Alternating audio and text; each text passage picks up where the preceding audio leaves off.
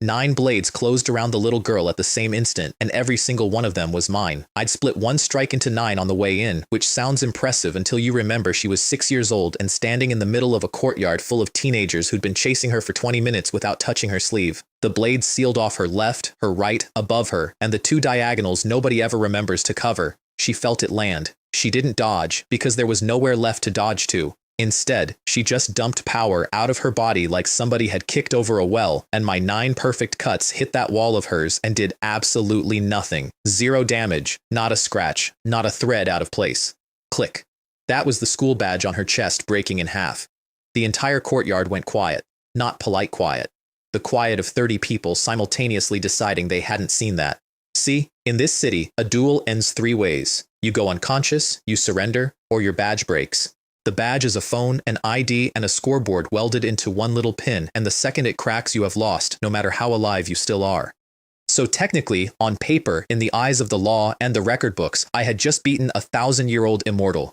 She looked down at the 2 halves of her badge. Then she looked up at me. And then this 6-year-old girl started laughing so hard she had to bend over. "Beautiful," she wheezed. "So beautiful. Kid, you're qualified. Great. Cool." I'd passed.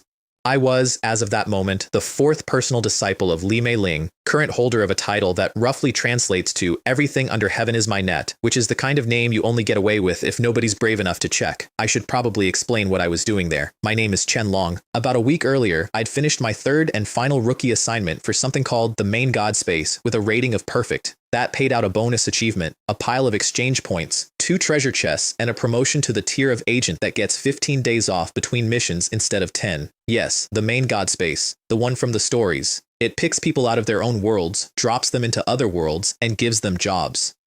The only thing every single agent it selects has in common isn't talent or strength, it's belief, whatever that means. It's never elaborated, and I've stopped asking. The chests gave me a reverse blade sword called Soul Nourishment, which is a katana sharpened on the wrong side, and a 2-sword style called Life Dual Blade, which I did not know how to use. My existing kit was 4 things. A title, Swordsman, Epic Tier, which gives a stupid boost to anything blade-shaped. A talent, which also gives a stupid boost to anything blade-shaped. 2 sword styles I'd hollowed out down to the bone, and a katana named Shimizu that produces water when you swing it and charges you stamina for the privilege. My attributes, in the space's own 6-column bookkeeping: Durability D, Attack C, Defense C, Agility C+, Skill B, Mystery B+, overall, C+.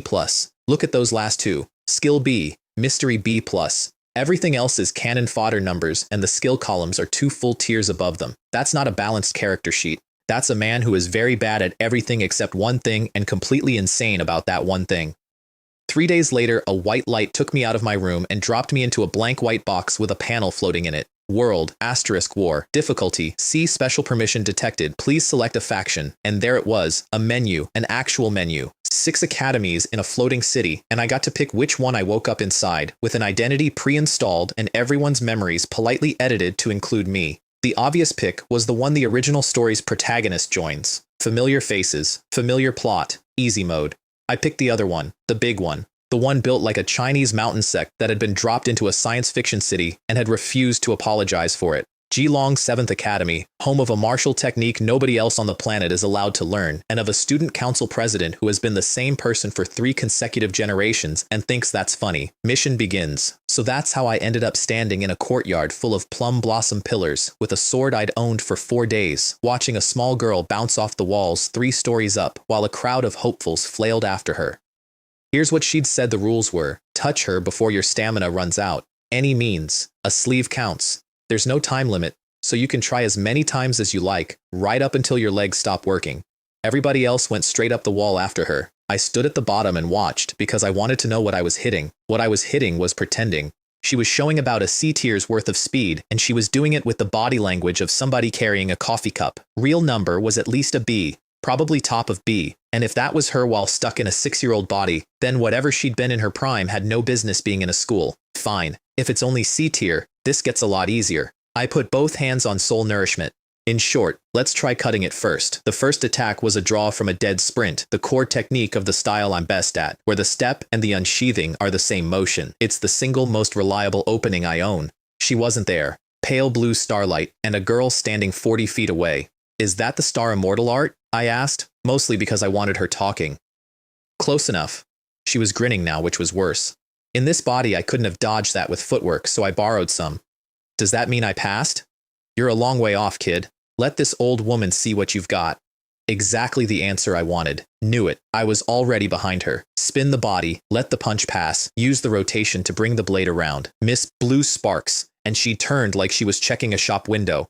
Fine. Sheath it hard, fast enough that the blade screams against the mouth of the scabbard, and that sound alone is an attack. It caught her. A quarter second of hesitation. A quarter second is a lot. I hit her with the 8th attacking form of the other style before the sound finished. 3 techniques, perfect chain, all of it wasted.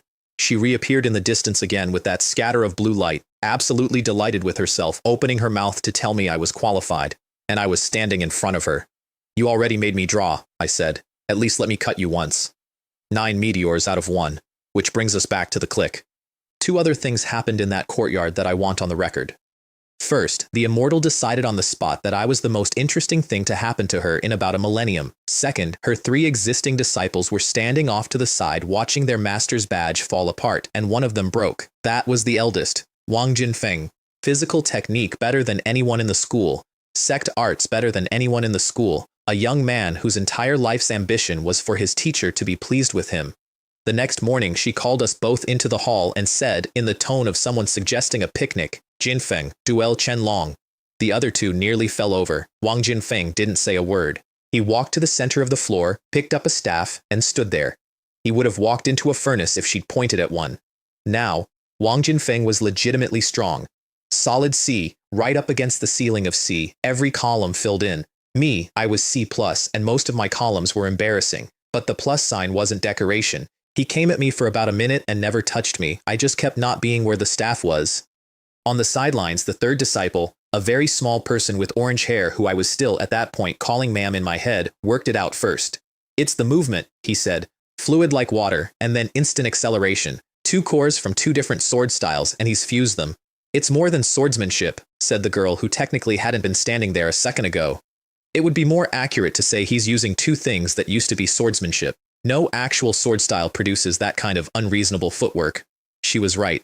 The main god space doesn't hand you a technique the way a book does. It optimizes them, refines them, turns them into things that keep growing as long as you keep studying, until what's in your hands and what's written in the original manual have almost nothing to do with each other. Wang Jinfeng got bored of chasing me and did the smart thing. Hand seal and 100 hidden talismans lit up around the floor at once, boxing us in. Ah, I said. So I can't run. Being trapped is not the same as losing. She did tell me to use my full strength. It would be rude not to take that a little seriously. I put my hands back on soul nourishment and let the edge come off me in a wave, and the temperature of the room changed. In short, let's try cutting it first. The ultimate technique of the Kenshin style is a draw executed at a speed that stops being a speed and starts being a location. He sensed it. He started to raise the staff. He did not finish raising the staff. The reverse blade caught him across the body and put him on the floor, and the last thing that went through his head on the way down, I know this because he told me years later, was, what just happened? That's when the master stopped smiling like a kid and started smiling like something older. She crouched over her unconscious disciple, checked him, and said, without turning around, "Hey, that wasn't your full strength, was it?" Then she flicked a healing talisman at him without looking, stood up, and walked toward me. "All of it," she said. "Everything you have. 1 strike, just 1 is enough." And here's the thing about her smile in that moment. It wasn't the little girl grin. It was the face of somebody who has wanted one specific thing for 1,000 years and has just seen the first evidence that it might exist. The pressure that came out of her along with it nearly folded my knees. I felt myself start to grin back, which was probably a bad sign. The edge came off me again, and this time it didn't fade. Pure sharpness, raw sword energy pushing back against something that felt like standing at the lip of a well with no bottom. It held for about 2 seconds and then began to lose. Before she could even look disappointed, it changed. Right at the center of it, where I was, the thing that had been dying came back, because I closed my hand on the grip. And then 4 people in that hall watched a technique that isn't supposed to have a second half, second stage. I'd like to tell you the rest of that fight was glorious. It was not. Once she stopped being polite, I spent the next while being disassembled by a girl who came up to my sternum, and I did not put a mark on her, not one. She let me keep the badge break because it happened in a sanctioned match and she thought the paperwork was hilarious, which is how I became the #1 ranked student of the largest academy in the city about 90 seconds after arriving in it. They gave me a title for it. Ultimate Swordsman. I did not pick that. Then 2 years went by. 2 years is a long time in a school. It is nothing at all to the main god space, which doesn't put a clock on missions. It just quietly notes how long you took and factors it into your grade, which is a much more effective threat than a deadline. Agents get 2 permanent perks the day they're recruited. Your body freezes at its peak and stops aging, and until you hit A tier, you never hit a wall. You just keep getting stronger for as long as you keep training, so there was no reason on earth to rush. I trained, constantly, obsessively, boringly. The eldest disciple locked himself in his room for a full year because watching me crack our master's badge had retroactively invalidated every single day he'd lived since he was 6. His whole faith was that she was unbeatable. He came out of that room a year later and became noticeably terrifying, which I'd like to take credit for, but mostly just involved me existing. And Li Mei Ling, 1,000 years old, holder of a name that whole academies are warned not to investigate, put it like this. In 2 years, he completely stripped me of a millennium of accumulated swordsmanship, which was flattering right up until she added the part that bothered her, because in those same 2 years, I'd also studied her sect's arts. The wind, the lightning, the barriers, the invisibility. And I was fine at them. Just fine. Genius adjacent, sure, but fine. Unless it involved a sword. If it involved a sword, I was something else entirely. I could wrap a talisman around a blade. I could hang an effect off a blade. Eventually, I could trigger the whole technique just by moving a blade in a certain shape. No seals, no incantation, nothing. She spent months poking at that and never worked out why. I didn't tell her. Some things you don't say out loud. 2 years in, I asked permission to enter the big tournament. This city runs on a competition called the Festa, which is exactly what it sounds like. 6 academies, a stadium that holds 100,000 people, and a corporate consortium that turns teenagers hitting each other into the largest entertainment product on the planet. There are 3 formats. The one that year was the solo bracket, which is the one everybody actually cares about. My master's response was to look me up and down and say, "Come out with me this afternoon. Consider it a reward for an outstanding disciple. You don't have a weapon." I did have a weapon. I had several. That was, I realized, exactly her point. The city's weapons are called Lux. They're energy blades grown around a crystal core, and the good ones aren't just sharper. They have abilities, personalities, and, this is the part that matters, opinions about who's allowed to hold them. There's a compatibility meter. 80% and up, you're permitted to use it. Higher than that, more of it wakes up. So we walked across the city to the academy I hadn't picked, and a blonde girl was waiting at the gate. "Welcome to Seidukan Academy," she said. "Princess, ultimate swordsman." This was Eleanor Vance. Student council president, ranked first in her own school, daughter of 2 executives at the conglomerate that owns the place, and a person who has publicly described her own scheming as darker than the color of black honey, which is a very long way of saying, "I'm the villain, please clap." She was also looking at me strangely, and had been since the moment I came around the corner.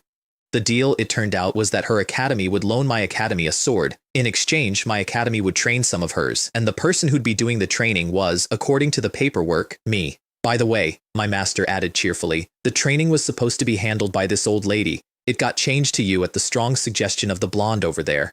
Eleanor smiled at me. It was a very good smile. It told me nothing. Then they took me down into a basement, into a metal room, and in the middle of it, sitting on a plate, was a hilt. Red and black. No blade. Just a grip. "This is the item," Eleanor said. "Our academy holds the Lux Cervaresta." I said the name out loud like an idiot, because Cervaresta is the sword the protagonist of this world's story uses. It's one of 4 legendary blades in the city. It has been sitting in a basement unusable for over a decade, and there is a very specific reason for that, which nobody was telling me yet. I walked over and picked it up. The hilt unfolded. A pure white blade came out of it, single-edged, nearly as tall as I am, and information from the space stacked up in front of my eyes. B+. Wraps itself in purple-black flame, cuts and burns everything, has an additional destructive effect specifically on other weapons and equipment. And then 2 lines at the bottom I had to read 3 times. Legendary Affix 1, it melts on contact. Legendary Affix 2, driven into the earth becomes a furnace. Legendary affixes are not a thing you find, they're barely a thing you hear about. Each one guarantees the weapon can evolve at least 1 grade higher. This sword had 2, which meant that if I carried it out of this world and fed it the right materials, a B+ turns into an A, minimum, and honestly that second affix did not read like a minimum. The blade caught fire in my hands a few seconds later, purple-black, exactly like the name, and I felt my energy start draining out of me like somebody had opened a valve. 2 hours maybe, of standing still and doing nothing, less if anyone hit me, so I told it to stop, and it stopped. Then I told it to change shape, and it folded down into a katana. Then I let go of it entirely, and the drain went to almost nothing, because as long as I wasn't asking for the fire, it was just an extremely good sword. Behind me, the counter on the wall that measures compatibility had stopped moving, 100%. Eleanor was very quiet about that. She'd known, apparently. Not the number, but she'd known. I'd figure out how later. There was exactly one problem with my new legendary murder implement, and I found it within about 4 hours, and it was the stupidest problem in the world. It had no scabbard. My best style is a drawing style. Everything I do, the openings, the counters, the technique that put the eldest disciple on the floor, starts with a blade coming out of something. And this sword had never had a sheath because it was designed by people who assumed you'd use it like a chainsaw. Fine, said my master. We'll requisition you a batch of ordinary scabbard-shaped lux. A batch, not one. A batch. Because Cerberesta's whole thing is destroying other weapons, and an ordinary lux touching it lasts exactly one draw before it turns into expensive gravel. I found this out in a sparring match against the third disciple, whose name is Guo Xinyi, who looks like a petite girl with an orange bob and is a man, and who is the fastest human being in 6 academies. He was fighting me in boots that let him walk on air, which he hates using because his entire personality is that relying on external tools is proof of an immature martial artist. He'd put them on anyway because the alternative was letting my sword eat his. I baited him into an overhead, sheathed, drew, matched him, and then brought the empty scabbard around in my left hand for the second beat of the technique. The whole point of that style is that its draws have 2 halves, so it doesn't have the fatal weakness every other drawing style has. The scabbard hit him and disintegrated. We both stood there. That was the sword, he said eventually. That was the sword. Can you not be gentler with your own equipment? I got a better answer than I deserved. My master said she'd handle it personally because she'd been wanting to try something anyway, and then, because she has never once in 1,000 years given anybody anything for free, she smiled and said, "Let's call it the prize for winning the festa. You're very confident. The strongest witch in recorded history is entering this year. What, no faith in yourself? Then forget it. I have never in my life had a teacher who fought that dirty. Since master has spoken," I said, "her disciple will naturally do his best to obey."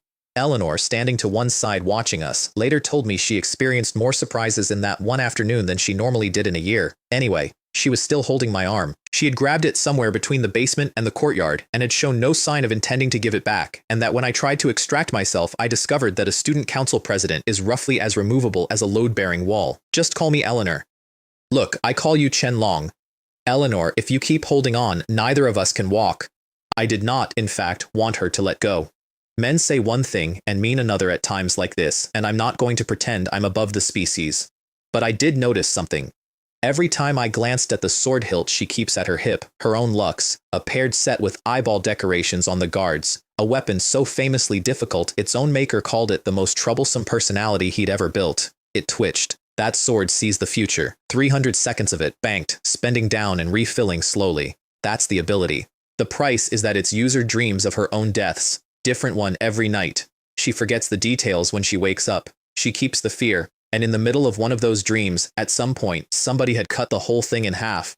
She never said which one of us she'd seen coming. She didn't have to. She'd looked at my face at the school gate like a person checking a photograph. Anyway, that's the story of how a girl I had known for 4 hours took me on a walking tour of her campus that included, and I want to stress that she chose this stop deliberately, the girls' dormitory. That tall building is mine. If you ever want to visit at night, just message me. I'll leave the window open. Eleanor, is this stop on the tour strictly necessary? Oh dear, I thought you'd be interested in where I live. That was the exact moment something exploded in the park 200 meters away. Right on schedule, she said, entirely unbothered, and pulled me toward it. The 2 students I'm recommending to you are over there. There was a crowd, and inside the crowd there was a duel, and the duel was extremely one-sided.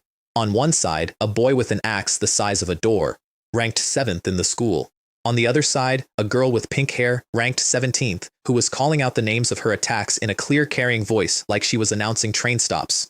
Bloom, 9-wheel dancing flame flower, 9 fireballs, 9 different arcs, all converging. He knocked 4 of them out of the air, which was genuinely impressive, ate the other 5, and kept walking. Bloom, glorious fire claw. She'd pre-laid that one. He went up and back down and skidded. That's enough, she said, and she meant it kindly, which somehow made it worse. You can't beat me. Give up. He got up. He'd been getting up for a while, by the look of the ground, and every single time he did, before anything else, he checked his badge with one hand. I'd been told to evaluate a witch. I stopped watching the witch about 30 seconds in. Eleanor, did that boy get to 7th in your school on nothing but that body? Yes, that's exactly how. She said it with a very specific kind of regret, and then explained it. Her academy is one of 6. It is the famous one, the one that houses the story's protagonist. It was ranked 5th out of 6, and it did not have a single instructor capable of teaching that boy anything. He hadn't learned a single martial art. He hadn't been taught how to reduce damage. He was absorbing artillery with his ribs and his stubbornness, and had climbed to 7th in a school of thousands doing it. This kind of stamina and this kind of refusal to lie down, I said, is monstrous. He lost, eventually. Passed out standing up, basically. The girl inherited his rank and became one of the top 12 in the school, which is the tier where you stop being a student and start being a public figure. Then it got dark, and the 3 of them, the boy, the pink-haired girl, and the student council president, who had appointed herself to the list without asking me, lined up in a training hall to be evaluated. All 3 of you, I said, at once. I'll skip ahead. The pink-haired girl ended up sitting on the floor next to the other 2 with the specific expression of a person recalculating her entire life. She'd felt that feeling exactly once before, from a girl who used to be her best friend and is now the most feared person in the city. She had been telling herself that monsters like that were rare. Are all the number 1s like this? She said to nobody. Then I gave them their results, and I gave them in an order that mattered. I looked at the boy first. He caught me doing it and braced because he knew what he'd contributed. Nothing. No hits. No pressure. In a 3-on-1 he had been, by his own accounting, decoration. Arthur, you pass. He hadn't landed anything. He also hadn't stopped putting his body between me and the other 2, over and over, for the entire fight. Without that, it wouldn't have been a fight. It would have been an execution with 3 witnesses. Then, I turned to the president. Eleanor, they're allowed to sit on the floor and rest. Stop pretending. That's very rude. You didn't use your full strength, and you cheated with that sword's ability in the confusion. She put on an expression of profound injury. It worked on the boy for almost 2 seconds. It did not work on the pink-haired girl, who had known her since childhood and whose opinion of her had just gone through the floor and out the other side, because she'd spent the whole fight thinking Eleanor was the only one of them holding the line. The temperature in the room dropped about 4 degrees. If that girl's element had been ice instead of fire, we'd have lost a student council president, which left 1. I left her for last, which I understood about a half-second too late. She had interpreted as me building up to bad news. She'd just been handed proof that her school was 5th of 6, watched a stranger flatten all 3 of them, and remembered the friend who taught her this feeling in the first place. Her eyes went red. She held it. Barely. Don't misunderstand, I said very fast. Alara, you're qualified too. Your situation is just a little special. Yeah, I know. Smooth. Her situation was special because she was a witch carrying a sword for no reason anyone had ever asked her about. I walked them through it. Eleanor carries paired blades because they suit her weapon and because she has quietly ground her dual sword work into something excellent, which is the actual reason she holds the top rank in her school and not the future sight party trick. The boy swings a beam axe most students can't lift with 2 hands, one-handed, and had figured out entirely on his own how to overload it, a technique that has a formal name and a stupid amount of theory behind it, and which he had reinvented by hitting things until it worked. And Alara, I said, and then spent an embarrassingly long time trying to find a polite phrasing before giving up. You don't appear to be using a sword at all. You're waving a stick. Her physical training was fine, better than fine. Her swordsmanship was a crime. Based on what you said about close range, have you considered switching to a small shield? It was not a joke suggestion. She's a fire witch. Her own flames can't hurt her. That means with a shield she could eat an attack and then answer it at point-blank range with something that would take the roof off and lose nothing. But you try telling a princess to fight with a shield. There is a face people make. If it's necessary, I'm not against changing weapons, she said, in the voice of someone accepting a prison sentence. However, if I could, I would prefer to keep the rapier. I smiled, because she'd just handed me the whole thing. Then one last question, and it's the important one. Alara, are you planning to learn swordsmanship from me? A rapier is still a sword, and when it comes to swords, there is nothing I can't do. Which is how I ended up as a part-time instructor 3 days a week, and how I found out that the pink-haired girl I'd told to keep her rapier had a habit of exploding. Here's the problem. There's a technique I built which, and I'm skipping the part where the corporation that owns my school announced it as a national asset, is basically this. I replaced every medium a spell needs. No talismans, no hand seals, no chanting. The sword does all of it. Every move in it is a sword move, so they named it after swords, but it isn't really a sword style at all. It's an amplifier. Now, a witch's magic runs on an image. She holds a picture in her head, fixes it, and that's what the power becomes. Alara's picture is flowers. Everything she does blooms, and my technique already carries its own image, baked in. So when she tried to run her magic through my framework, she was building an image on top of an image, and the cost of that is roughly everything she has, and the result comes out warped and then keeps warping, which is a very technical way of saying that once or twice a week, a training hall would fill up with fire. The first time it happened, I got a barrier up in time, and she came out of it unable to move, unable to speak, and absolutely terrified, not of the fire, of herself.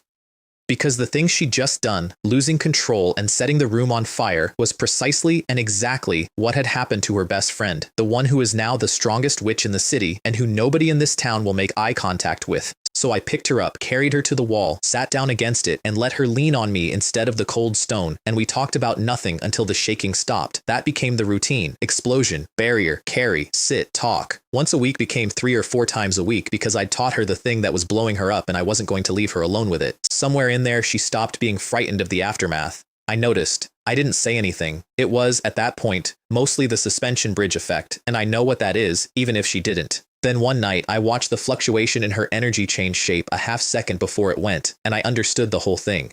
Give up controlling the shape, I said from about a meter away, having already crossed the room. Keep the absolute minimum. Dump the rest in one go.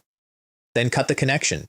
She did it without asking why, which is the part I still think about. The fire went up exactly like it had every other time, filled the entire hall, and then didn't come down. When it cleared, there was no scorched training room. There was a garden, flowers, everywhere, wall to wall, floor to ceiling, made of fire, all of them holding their shape. She crouched down and snapped one off, and it stayed a flower in her hand. It worked, she said. It actually worked. But why? Because 2 images can't coexist, so I'd had her delete hers. One construction, done once, no second layer. Simple as that, and completely impossible to see from inside it. So this flame garden isn't finished yet, she said, mildly disappointed, and I had to point out that she had just named an attack she'd invented 90 seconds ago, which reminded me of the thing I'd been wanting to ask for 2 months. Ilara, why do you shout the names? The silence that followed had a physical weight. It's not Chunabu. I didn't say. Saying the name out loud reinforces the construction of the image. It's a form of self-suggestion. It makes the magic form faster, and it does. It genuinely does. It's a real technique, and it measurably improves her success rate, and I had just, in one question, made her aware of it. She stood there with her eyes going glassy, and I watched a person's entire life flash in front of somebody else's face. I'm really not a Chunabu, she said to the floor. I'm really not. I felt bad about that for approximately as long as it took me to imagine doing it myself, because I have 4 sword styles, and their move names are not short. Try saying, out loud, at speed, mid-lunge. Star Sword Technique, Shiger Suin Style, Attack Form 8, I would asphyxiate, and that's 1 attack. That night, on the way home, I mentally attempted a 3-hit combination I'd used against my master with the names, and by the 3rd one, I had run out of oxygen and self-respect simultaneously. Also, do you say it before or after? Before, and you stand in front of your enemy narrating while he stabs you. After, and you're announcing the results of a thing everyone just watched. Whoever invented that convention was a genius, and I hate them. Anyway, we then had a problem, which was that the burning garden was still there, and it was quietly pulling energy out of the air to keep itself alive. Forever, as far as either of us could tell. And in the morning, students would come to clean this room because doing chores earns academic credit, and most of the students who need academic credit that badly are not the ones who can survive a self-sustaining incendiary meadow. Can you dismiss it? She tried. She really tried. No. I gave up control, and it's feeding itself now. She was thrilled and appalled in equal measure because what she'd accidentally built was a terrain magic that costs nothing to maintain, amplifies her, and turns any battlefield into her house. Let me, I said, and drew. Here's a thing I haven't explained, and it's the reason I'm not just a guy with a fast draw. The Shiger Suin style, my other one, the water one, has an entire second half that requires an ability I do not have and cannot learn. A concept the original manuals call the flame of rain. Water and fire is one thing. I couldn't do it. Which meant that for 2 years my second style stopped dead at the basics while my first style ran away with the whole show. So I took the concept apart. If I can't have a flame that is rain, fine. I'll take the properties one at a time. Rain that calms, fire that calms, flames that burn while it's raining. Ideas I can actually hold. And then I rebuilt each one from scratch using my own amplifier and my own sword and stitched them back into the style as a new branch that doesn't exist anywhere in the original. The result is that Shiger Suin isn't my second style anymore. It's my best one. I traced 2 shapes with the white blade and a pale blue ring spread out across the whole hall, and it started to rain. Indoors, in a sealed room. The garden did not thrive under it, the way flowers are supposed to. The garden began, very slowly and very beautifully, to die. That was Reign of Sedation, external form, 20th. The two of us stood there in an indoor rainstorm watching a field of fire wilt, and it should have been sad, and instead, the girl who had been furious and mortified 10 minutes earlier went completely, perfectly calm. That's what the rain does. That's the whole point of it. When it was over, the hall looked like a natural disaster had filed a claim on it, and we were both soaked through. She stayed in that trance long enough that I had to walk her out by the hand. Halfway across campus, she surfaced, worked out what she was holding, and pulled away fast enough to nearly take my arm off. So, since we know what the problem is now, I said, you probably won't go out of control anymore. Probably not. Then the extra sessions go back to 1 a week. Yes, that's right. Neither of us said anything for the rest of the walk, and if you think I didn't notice the tone of that pause, you have not been paying attention. At the dormitory door, she stopped me. You're soaking wet. It's not really appropriate to go back to Geelong like that. Is that so? I have a dryer, in my room, so you could at least, and the rest of it dropped below the threshold of human hearing. She had worked very hard on that sentence. I wasn't going to make her do it twice. I would like to formally thank Eleanor Vance for the extremely detailed tour she had given me of that exact building. Anyway, that's how I ended up sitting in a chair in a girl's dormitory in a shirt and shorts, listening to running water, reflecting on how bold young people are these days. For the record, nothing happened. She washed our uniforms, I took a shower after her, we sat around like two people who had recently set a room on fire together, and I walked home at midnight. I found out about the photograph from the only friend I had in that city, which is a sentence that requires explanation. He was standing on an empty street at dusk between my academy and everywhere else, in white with blonde hair, waiting for me. Julian Blackwood, ranked first at the Knight Academy, holder of one of the 4 legendary blades, the Holy Knight. Publicly, he and I were the 2 candidates for strongest swordsman in that city, which meant that as far as anyone knew, we were rivals who could never be friends. Privately, we'd passed each other on a street a year earlier and both stopped walking because we'd each recognized the other as the same kind of animal. It's rare to see you outside at this hour. That's remarkable coming from you. I should be the one saying rare. A dignified holy knight skulking around another academy's gate alone at dusk. If this gets out, your admirers will be crushed. Fine, can't I visit a friend? He'd come to look at my sword. Of course he had. He'd heard I'd gotten it to open and he wanted to see it with his own eyes. Are you here to look, or are you here to move? Because I'm available. His face fell. Let's not. You're facing the solitary poison witch in a few months, and she isn't an easy opponent. Then he stopped for a second. Besides, I'm afraid I'm no match for you now. Here's the thing about that man, and it's the reason I never once beat him in an argument. His sword passes through any obstacle and cuts a target he has designated. There is no defense. It is, functionally, an unblockable weapon. The price is that its owner must abandon self-interest entirely and act only as an agent of order and justice. Any act it judges as wrong gets him rejected on the spot. And here's what nobody in that city understands about him. He is not compatible with that sword. I have 100% match with mine because I happen to meet every single condition it has, so it cooperates with me without reservation. He got to his number the other way. He rebuilt himself deliberately over years into a person who meets a weapon's requirements. He is not carrying that sword. He is cooperating with it every hour without ever putting it down. Because underneath the white and the manners, there is a genuine swordsman in there who wants to fight and who has an appetite for it that nobody else at his school would recognize. The title Holy Knight does not suit him at all. What he actually is closer to a demon. I had spent a year telling him to put the sword down. It would cost him. His numbers would drop. His position at a school full of knights would be questioned. His family would ask questions, and there is nobody at that academy ready to carry that banner if he sets it down. At the very least, he said, I can't afford to weaken before the next team festa. And I stopped because he wasn't wrong, and because I have never once had a family, a lineage, a title, or an institution standing behind me expecting anything. He carries all 4. I get to walk in any direction I want. That is the entire difference between us, and it has nothing to do with swords. Then he showed me the photograph. Also, for the record, the next morning, the city's largest gossip site ran a photograph of Eleanor Vance hanging off my arm on campus under a headline containing the words, "In broad daylight," and by lunchtime, the entire academy I belonged to had heard about it. The source was a junior named Lin Hao. He'd seen me leave with our master. He'd seen our master come back alone. So he asked the 3rd disciple, and the 3rd disciple asked our master directly, and our master, 1,000 years old, with the impulse control of a raccoon, said, and I quote, Xinyi Chenlong will be back very late today. He's currently enjoying his time with the student council president of Saidukan Academy. Guo Xinyi, who takes everything literally, believed her. Then the photographs came out and confirmed it. Then, being a scrupulously honest person, he answered the junior's question with what he understood to be verified fact. I had to bribe 2 juniors with private tutoring to go around the entire campus issuing denials. They took the job very seriously. They were both from the faction that likes me. I should explain that too, briefly, because it comes up later. My academy is split down the middle into the people who train their bodies and the people who train the sect arts, and these 2 groups hate each other with the specific intensity available only to people who share a cafeteria. Our master's stance on this was, I teach skills, not morals. And the leader of the arts faction inherited that stance wholesale, which left the leader of the body faction, a very serious young man with an orange bob who is technically my senior, holding the entire problem by himself. He eventually swallowed his pride and asked his junior for help. So I announced publicly that I was with the body faction. That was it. That was the whole intervention. The #1 ranked student picks a side, and a decade-old civil war evaporates in an afternoon. It also meant that every single member of that faction now regarded me as something between a big brother and a minor deity, which is how I got 2 volunteers to walk the entire campus telling people I was not dating a student council president.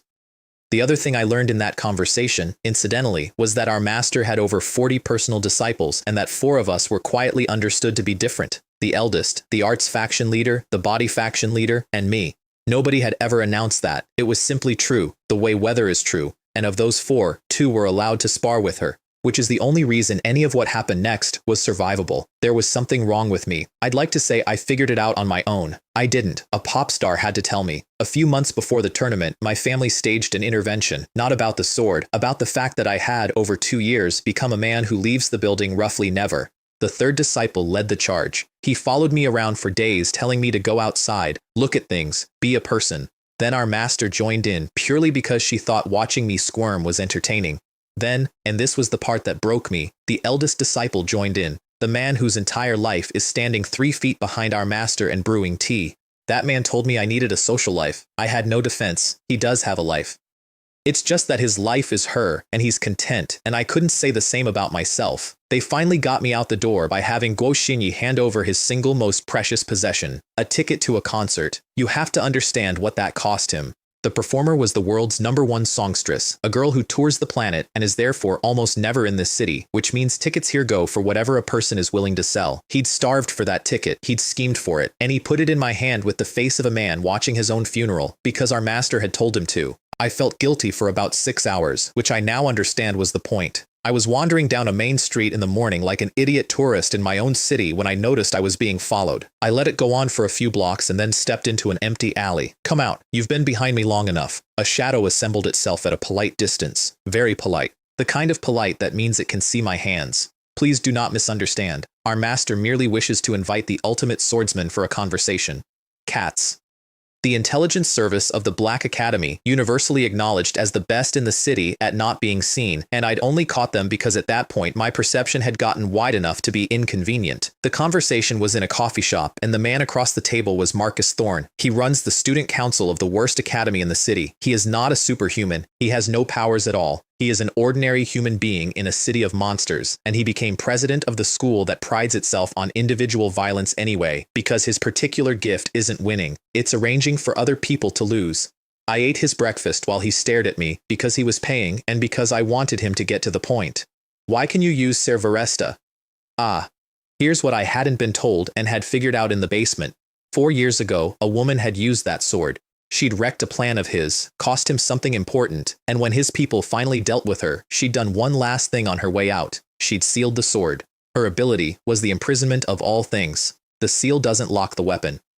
It takes the sword's existing standards for a wielder, already almost impossible, and inflates them as far as they'll go, and only opens back up for someone the seal itself approves. Dirk's people had studied it for years and concluded that nobody would ever hold it again. Then a 16-year-old walked into a basement and it lit up at 100%. So his entire question was, does this kid know that woman, or has he broken the seal? Because either answer changes what he does about me. I put the sword on the table. He looked at it, and I watched the color leave a man who is famous for not having any. The seal was intact, untouched, unbroken, sitting right there where it had always been. The seal doesn't lock the ability, I said. It just raises the requirements as high as they'll go.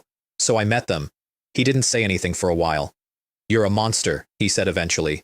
Thank you. We parted on good enough terms. Which is to say, we agreed to leave each other alone until the tournament, at which point he wanted his strongest piece to test me. He wanted to know exactly how dangerous I was before deciding whether to cooperate or interfere. I wanted a difficult opponent so my mission grade wouldn't suffer. Two people making a deal for entirely opposite reasons and shaking on it. Also, the reason he'd come in person and the reason he'd been so careful about it was standing outside the coffee shop the entire time. I'd noticed her before I sat down. So had every civilian on that street, unconsciously, which is why the block had gradually emptied. And that, I found out later, was the exact moment my problem started showing. Because the second I registered what was standing outside, my presence started climbing on its own, and I did not tell it to. So, you're the one radiating killing intent on a public street in broad daylight. That was about 10 minutes later when I was back to wandering. Light brown hair, a face doing a very good job of being unremarkable, and a voice that arrived before she did. Did security get here that fast? She laughed, and it was, objectively and without exaggeration, the most beautiful sound I had heard in 2 years. I'm not from security, no. Right. That voice, that hair, and an energy reserve that had no business being in a girl on a shopping street. So am I being hit on? She said she was, in fact, hitting on me, and would this gentleman care to accompany a maiden for a stroll? Which is objectively hilarious because the world's #1 songstress is not a person who has to ask anybody for anything, and she had just invented a fictional identity in which she was a fan of mine. I knew who she was in about a second and a half. She knew that I knew about 4 seconds later, and decided to keep acting anyway. We walked. And here is where I have to be honest about the thing that was wrong with me, because the next part doesn't work otherwise. 2 years. 2 years of eating 1,000 years of a demon immortal's swordsmanship. That's not growth. That's a swallowing. My skill went one direction and every other part of me stayed where it was, and the gap between them had turned into a hairline crack, and the crack had been widening for months. The symptoms were small and stupid. I'd gotten mischievous, reckless. My sense of humor had picked up a mean edge. I was needling my seniors constantly. I'd started taking liberties. And underneath all of that, quietly, the thing that actually mattered, my control over my own presence had begun to slip, which is what happened next, and I'm not going to dress it up. Walking beside her, with my grip on myself worse than I knew, I let it out, not deliberately. It rolled off me the way heat rolls off a stove, and she was standing inside it, and a girl who could have leveled the street went stiff and quiet in the middle of a sentence, because something she'd never encountered before had just closed around her like a hand. She got out from under it herself, which is more than most people in this city could have done. Then she stepped back, put her hand up between us, and said, in a voice with nothing performed in it at all, "Stop." I stopped. We stood in the middle of a shopping street, both of us breathing wrong, and I discovered I could not immediately explain what I had just done, or why. "That wasn't a threat," she said slowly, working it out as she went. "You weren't trying to threaten me. It came off you like a leak." "Yes. Do you know that it's leaking?" "I know now." She should have walked away. She'd concealed her identity, gone up to a stranger to gather intelligence on arrival, and been rewarded by having a killing pressure sit on her chest in public. Every reason to leave. She didn't. She got angrier the longer she thought about it, which she also didn't hide, and then she asked me one question that has stayed with me for years. "Aren't you afraid," she said, "that at the festa you're going to kill someone by accident?" That was the whole thing. In one sentence. From a stranger, in 10 minutes, on a pavement. Nobody in my own school had said it out loud, and I know now that they'd all seen it, that the concert ticket and the walk and the eldest disciple suddenly discovering an opinion about my social life had been my family's way of handling something they could feel and couldn't name. I put the smile away. That got her attention more than anything else had, because when I stopped performing, the air around us changed with me. It went quiet and level and heavy, the way it does when a sword's intent settles, which lasted right up until she looked closer and saw the flaw in it. One thread of restlessness running through the middle of something that was otherwise complete, one grain of grit in an otherwise flawless bearing. "I'll fix it before the tournament," I said. I even had a plan. 2, actually. The main god space has facilities specifically for agents who've outgrown themselves, and my master unquestionably has an answer to this in a drawer somewhere, and has been sitting on it for months because she wants to see whether I solve it myself. She'd let me kill someone in a stadium and then make the problem disappear with a phone call, and she'd consider that a fair price for the possibility that I might grow. I know how that sounds. She'd also throw herself into a furnace for any of us. Both things are true. She's 1,000 years old. Consistency is for people with less time. Vivian didn't know any of that. From where she stood, an unknown force was eating a person from the inside, and that person happened to be one of the 3 strongest students in the city, and she was staring at the possibility that it could happen to anyone, including her. She could have run. She decided to help me instead. That is rare. She'd been in my company for under an hour. One of those minutes had been genuinely frightening, and her conclusion was that I should be assisted. That's the whole reason she is who she is. It isn't the voice. Then she started crying, and I had one of the worst afternoons of my life. I still don't fully understand the chain of reasoning. Best I can reconstruct, she'd approached me first. She'd lied about who she was. She'd gone digging for a rival's weakness on the eve of a tournament and found a devastating one. And then that rival had been decent to her about it, and somewhere in there the ledger flipped over in her head, and she decided that in this story, the villain was her. Also, she'd been holding a lot of things for a long time, and something finally slipped. So a very small, very famous girl started sobbing on a public street. The crowd's read on this situation was immediate and unanimous. Girl crying, boy standing there, guilty. I picked her up and got us out of there, at which point the crowd upgraded their assessment from heartless to kidnapping in progress, and several older women armed themselves with whatever was nearest and gave chase. At no point did she help. She lay in my arms and cried and let the entire street draw its own conclusions, which for the record is the most damning possible testimony a hostage can give. She stopped crying after a while and continued to not help. Playing dead, total commitment to the bit. I had to use my signature technique, the one that is my actual combat identity, the thing every commentator in the city speculates about, to escape a mob of civilians while carrying the world's #1 songstress. We ended up in an ice cream parlor. She sat with her head down, poking at a bowl. I stared at her without saying anything. She turned red and sank about 4 inches. I kept staring. She sank further. This continued until she was in genuine danger of going under the table. Fine, I said. Eat it before it melts. She'd needed to leave for an hour and hadn't been able to think of a way to say so because she had a concert that afternoon and no remaining energy and no idea how to end this. So I ended it for her, and she was so grateful about being let off the hook that she nearly started up again. At the door, she called after me. There's a concert this afternoon. Will you go? I nodded and left, and did not tell her that the ticket in my pocket had been paid for in a senior's blood. One more thing about that day, and then I'll move on. My shirt was ruined, soaked through, dried stiff, wrinkled, so I bought a new set of clothes, changed, and put the old shirt away. Not in a bin. In my pocket. I should explain the pocket. It's a low-grade tool, sticks to a wall or a piece of clothing, and becomes a bag with more room inside it than out. Every agent has some version. Mine has a section I keep partitioned off from the rest, for items of a certain category. Contents at that time. Photographic evidence of my master asleep. A video series of a rival academy student council president being spectacularly childish. Documentation of the third disciple falling over on flat ground. Footage of the interior of the second disciple's bedroom, which is a war crime. A complete archive of every occasion the third disciple has been talked into women's clothing, and the 3 sets of clothing themselves, which I keep for provenance. That day, it gained 2 new entries. One extremely wrinkled shirt, tagged songstress, tear-soaked, limited edition, and a video. That collection was, at the time, a joke. Every single person I care about is in it. That's the joke. That's the entire joke. Get close enough to me and eventually I have something on you. It is going to stop being a joke later, and I'd rather you heard about the pocket now, from me, while it's still funny. The concert was in the largest venue this city owns. It holds 100,000 people, and is normally reserved for the tournament, because there's nothing else in the world big enough to justify it. That afternoon it was full, and I was near the front, because the senior I'd robbed had extremely good taste. I had never once listened to her sing. I knew she was the best in the world in the way you know a mountain is tall. She walked out, and the room came apart. And then she sang. And something in my chest that had been running hot for 6 months went quiet. Not fixed. Quiet. There's a difference, and I could feel it. The moment the sound stopped, the heat would come back, and it did. But it was the first silence I'd had in half a year, and I sat in a stadium with 100,000 people and understood, with total clarity, exactly what I was going to ask for. Which is roughly the point at which the tournament started. 200 contestants, 11 arenas, 1 match per person per day until the field is down to 32, and then everyone moves into the big stadium.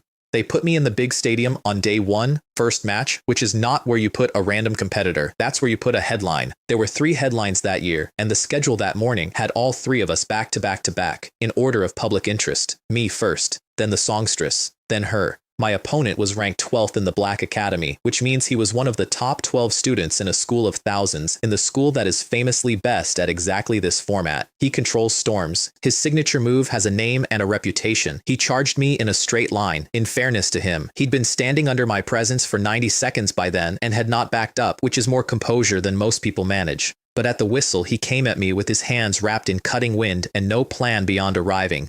1 cut. Beep. Match over. Winner. Geelong 7th Academy, Chen Long.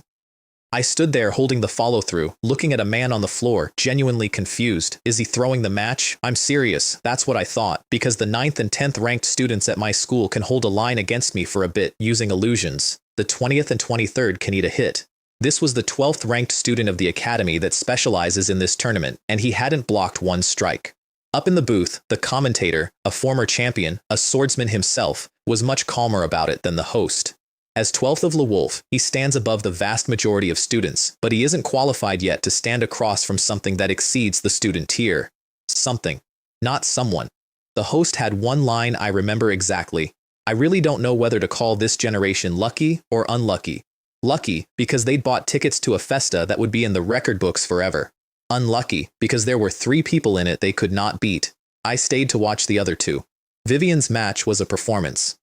Her ability is, functionally, everything. Every power except healing, with the caveat that the delivery mechanism is singing, that each song does exactly one thing, that she has to have written it herself, and that the effect scales with how long she can keep singing. So the actual skill isn't power, it's setlist construction. She picks the songs that make an opponent's strengths irrelevant, and then she moves like water while she does it, and the crowd forgets they're watching a fight. Then the 3rd one came out, and the noise in the stadium changed. Still cheering. Different cheering. There was fear in it, and something uncomfortably close to worship. She walked to her mark. She stopped. She did not speak, did not gesture, did not visibly activate anything. Her opponent attacked her with everything he had. It didn't get through the outermost layer of the fog around her. Then he realized it hadn't gotten through, and his nerve went, and once his nerve went, the fog took him. That was the entire match. She never moved. Ophelia Landlufen, the solitary poison witch. And I need to tell you about her properly, because the version the city knows is wrong. She controls poison and miasma. She can make it solid or make it invisible and odorless. She can give it properties, the same way Alara gives flames properties. It dissolves things. That's not what makes her the strongest witch in the city. Honestly, as abilities go, poison is narrower than everything except healing. What makes her the strongest is that her reserves are effectively bottomless, and that in 5 years, nobody has managed to put a scratch on her. And here's the part the crowd doesn't know. She has never developed her ability. Not once. Every witch in this world grows by refining her power into technique. That's the job. Ophelia has never done it because she has never accepted that the power is hers. Before all of this, she was a little girl who liked flowers and couldn't bring herself to step on an insect. She wasn't even one of the gifted. Then somebody performed an experiment on her. The experiment failed. The girl did not come back, and what walked out of it is the thing that Stadium was afraid of. So she doesn't train, and she doesn't improve, and she doesn't want to, because she has never wanted this. What she has wanted, for years with total sincerity, is for somebody to be strong enough to stop her, and nobody can. That's the joke the universe is running on her. She can't be beaten and she can't die, so she gave up on both and just kept existing. She and I had the same disease. Genuinely. 2 people who couldn't control their own power. The only difference is that I couldn't, and she wouldn't. I got 2 more matches in the preliminaries. 1 cut, 1 cut. The bracket obligingly kept the 3 of us apart, because there is no version of the world in which the organizing committee lets its 3 main attractions eliminate each other on day 2, which meant the semi-final, and the semi-final was Vivian. What, does the illustrious Lord Swordsman feel pressure from a crowd? If I say yes, will you go easy on me? Her face did something complicated. Absolutely not. Watch me put you on your knees begging, for scaring me, for playing with a maiden's heart, for being a lout, you liar, you jerk, you scoundrel, you thug, you scoundrel, you shameless. You said scoundrel twice. You still dare to talk back? By then she knew I'd had her identified from the first minute. She also knew that most of the crime she'd convicted herself of on that street had been built entirely inside her own head, and that the one real offense, the pressure, had been exactly that, an accident. She had been furious about all of this for approximately 1 day, and then the kindness had won, the way it always does with her, and she had agreed to help me anyway. Officially, of course, we had a wager. If she won, I apologized and never contacted her again. If I won, she'd compose me a song. She opened by unloading her gunblade at me, which she knew wouldn't work, purely for emotional reasons. While I was knocking bolts out of the air, I traced 2 shapes with the white blade, and a pale blue ring went out across the arena floor. And it started to rain. She glanced at it, found nothing wrong, refocused. Then she sang. 2 war songs back to back, and out of the swirl came 100 winged figures with swords, and then 100 blades dancing on their own, and 200 separate things came at me from the ground and the air simultaneously. It's a good read. It's the correct read. Swordsmanship is developed for one opponent, or a few. 200 is not a fight, it's weather. Let me tell you something good, I said. The Shigeru Sawan style I practice is flawless, strongest, and invincible. I stamped, and every drop of standing water on that floor came up with me. The technique is called swallow dive, 10th special form, and what it does is wrap a torrent around the user and turn a man into a saw. I went through her army lengthwise. I did not go around it. She watched 100 Valkyries come apart and understood the size of the gap and then declined to accept it. New song. This one was a body enhancement she'd written specifically for this tournament and had been saving for the final, and she burned it on the semi. Under it, she told me later, she'd have backed herself in close quarters against the Holy Knight of the Knight Academy, drawn sword and all, which nobody in this city would believe about a singer, and which is completely true. Her weapon switches between slashing and shooting. She came in slashing, with the overload lit, and hit me head on. Both of us gave half a step, and then, using the recoil, she flicked it into shooting mode and put the muzzle on my badge at point blank while I was still recovering. If that shot fires, I lose. Clean. It did not fire, because she couldn't move. Profound truth. Transformation of Shigure. The reason it worked was the rain. She had looked at the rain in the first 10 seconds, found nothing, and dismissed it, and then never had a spare moment to think about it again, and the whole time it had been soaking into her. Sedation isn't a freeze. It's a deceleration that gets asymptotically close to a stop. It works on the body, on the energy, and if you push it deep enough, on the thought. Her shot wouldn't have failed to fire. It would have hung in the air. I cut her badge in half before she could get out of it because I don't gamble. Then I explained it to her because she'd earned that, and because watching the world's #1 songstress try to look furious while physically unable to change her expression is one of the great experiences available to a person. See, sedation. What is that? Delay, sluggishness, functionally, slow down. Afterwards, in the competitor's lounge, she paid up with the specific sigh of somebody who lost fair. Before the final, I'll suppress your condition. I've written a song for mental fluctuation. I'll sing it to you alone. And you are absolutely not allowed to record it. Why not? Because to get a buff on mental state in that time frame, the only option was a love song. Right. Then I did something that surprised her more than the sword had. I'm sorry. She stared at me. Eh? Wait, no. I lost. Why are you apologizing? Because I did something wrong. I'm not going to pretend I didn't do it. So I should apologize for it. The wager already covered everything. She'd already decided to help. There was no reason to say it and nothing to gain from saying it. She told me later that was the moment the last of it went away. Fine, she said. I forgive you. So can I record it? No. One more thing happened between the semi-final and the final. Everything else in this arc is about power. This one isn't. I was sitting outside a cold drink stand in disguise, thinking about how to crack an opponent I already knew I couldn't cut, when something rang in my chest. I'd felt it exactly once before, on the street, the day I met the Holy Knight. It's a resonance. It happens between people who are actually on the path, not people who own a sword, not people who've practiced for a few years. People who are the thing. This time it was stronger. I looked up. A girl with light purple hair was looking back, and she'd felt it too. She looked about young enough to still be applying to schools. She jogged over. People don't jog at me anymore. Are you Senior Chen Long? My name is Kanzaki Sora. This morning's match was amazing. How did you recognize me? I'm in disguise. She went white. I'm so sorry. I didn't mean to expose you. I recognize the sword intent. I was in the stands. Tudu Ryu is one of the oldest sword schools in this world, and this nervous child was its heir. In 3 months, in the version of events I know, she would enroll at Eleanor's Academy and take the #1 rank of the entire school with an ordinary katana. No magic, no legendary weapon, nothing. Just swordsmanship. And she was in this city because her uncle had brought her here, and she was doing what her uncle said because her uncle had told her that if she obeyed him, her father would be released. Her father was in prison. Her uncle held the leash. After watching Senior's match, I thought about applying to Jialong, she said, but Uncle wouldn't allow it. The enrollment forms have to be filed by a guardian, and then, because I was easy to talk to and there had apparently been nobody else for a long time, the whole thing came out. Since coming to this city, I have less and less time to train. I can't find anyone to spar with. Uncle says after enrollment, there will be many duels and even less time. For the first time in my life, my swordsmanship has stopped improving. She said that last part like she was confessing to a crime. To be honest, that feeling is terrifying. I know what that feeling is. I have never once in my life had to sit inside it because I have never once been prevented from training. And this kid, who has more raw talent in her hands than anyone I'd met in that city, including me, was being held still on purpose. Then spar with me, I said. It was not entirely charity. I had nobody. 40 personal disciples in my school, and not one of them could meet me on a blade. Neither could Julian, not with what he was carrying. I'd been fighting shadows for 2 years.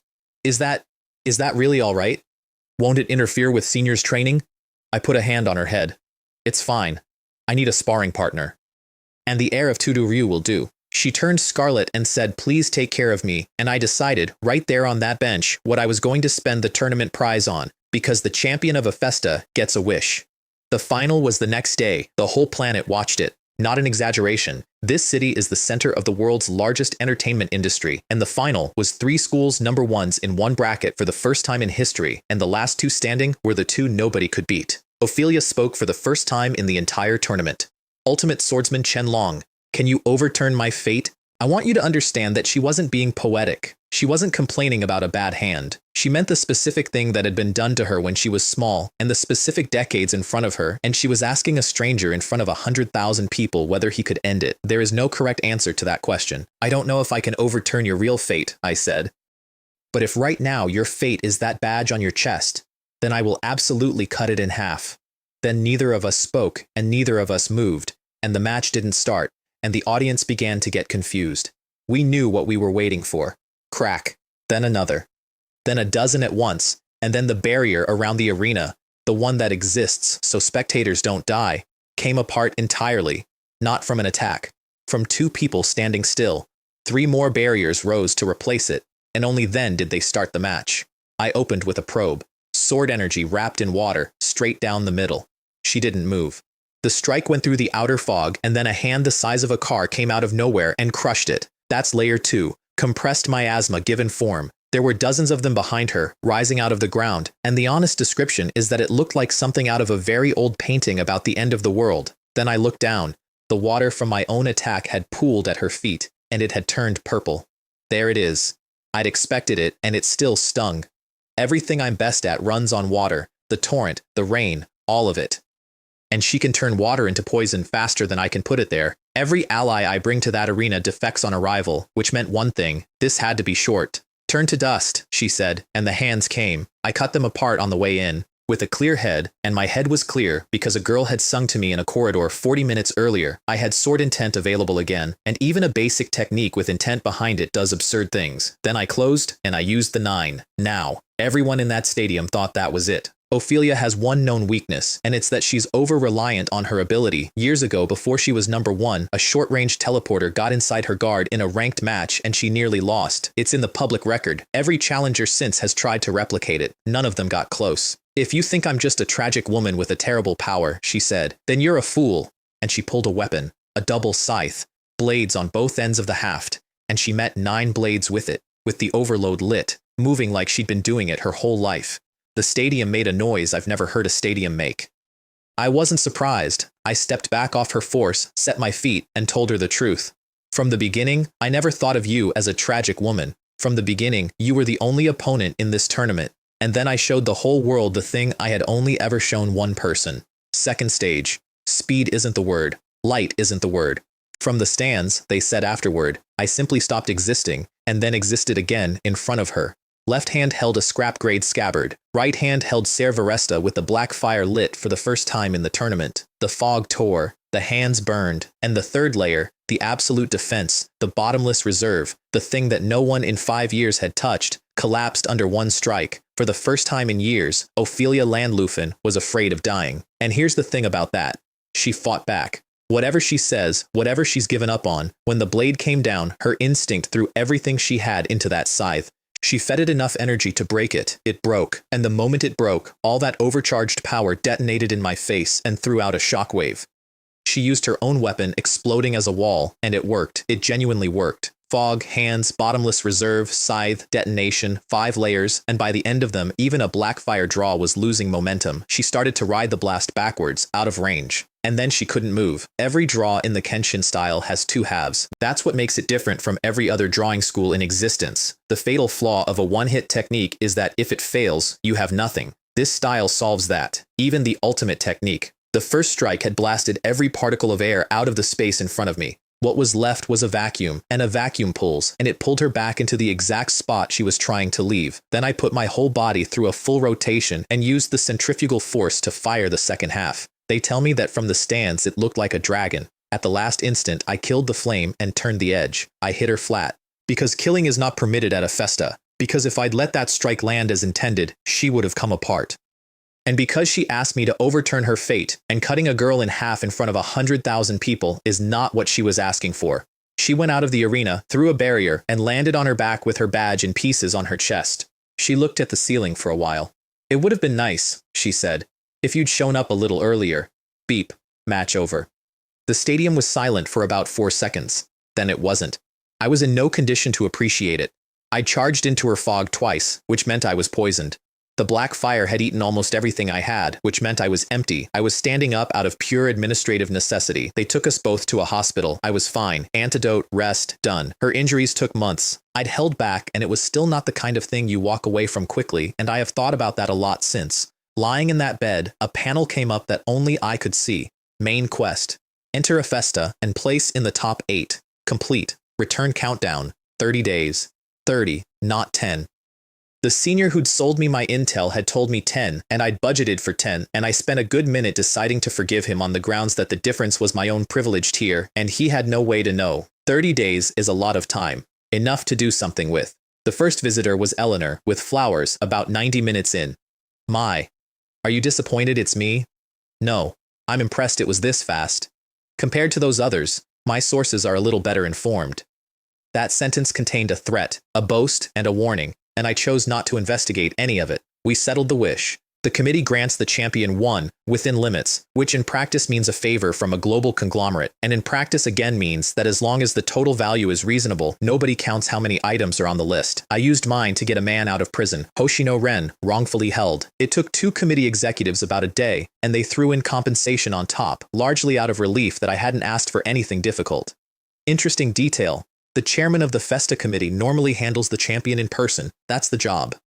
That year, for the highest profile Festa in living memory, he sent 2 subordinates instead and did not come near me. I filed that. Kanzaki Sora's first reaction to the notice was to assume she was hallucinating from stress. Then her family started messaging her asking what she'd done. Then it sank in, and then somebody told her whose wish had paid for it, and I'm told she cried for a while. She also decided immediately and irrevocably that she now had to win a Festa herself because a debt like that has to be paid, and there's only one currency she has. I'd like to say I didn't see that coming. Eleanor, incidentally, had already completed the girls' enrollment paperwork for her own academy before I'd even spent the wish. This is a woman who once poached a graduate out from under Marcus Thorne. She was never worried, and my master paid up. She was sitting in a pavilion inside a building that has no business containing a garden, a lake, and weather. The eldest disciple was making tea.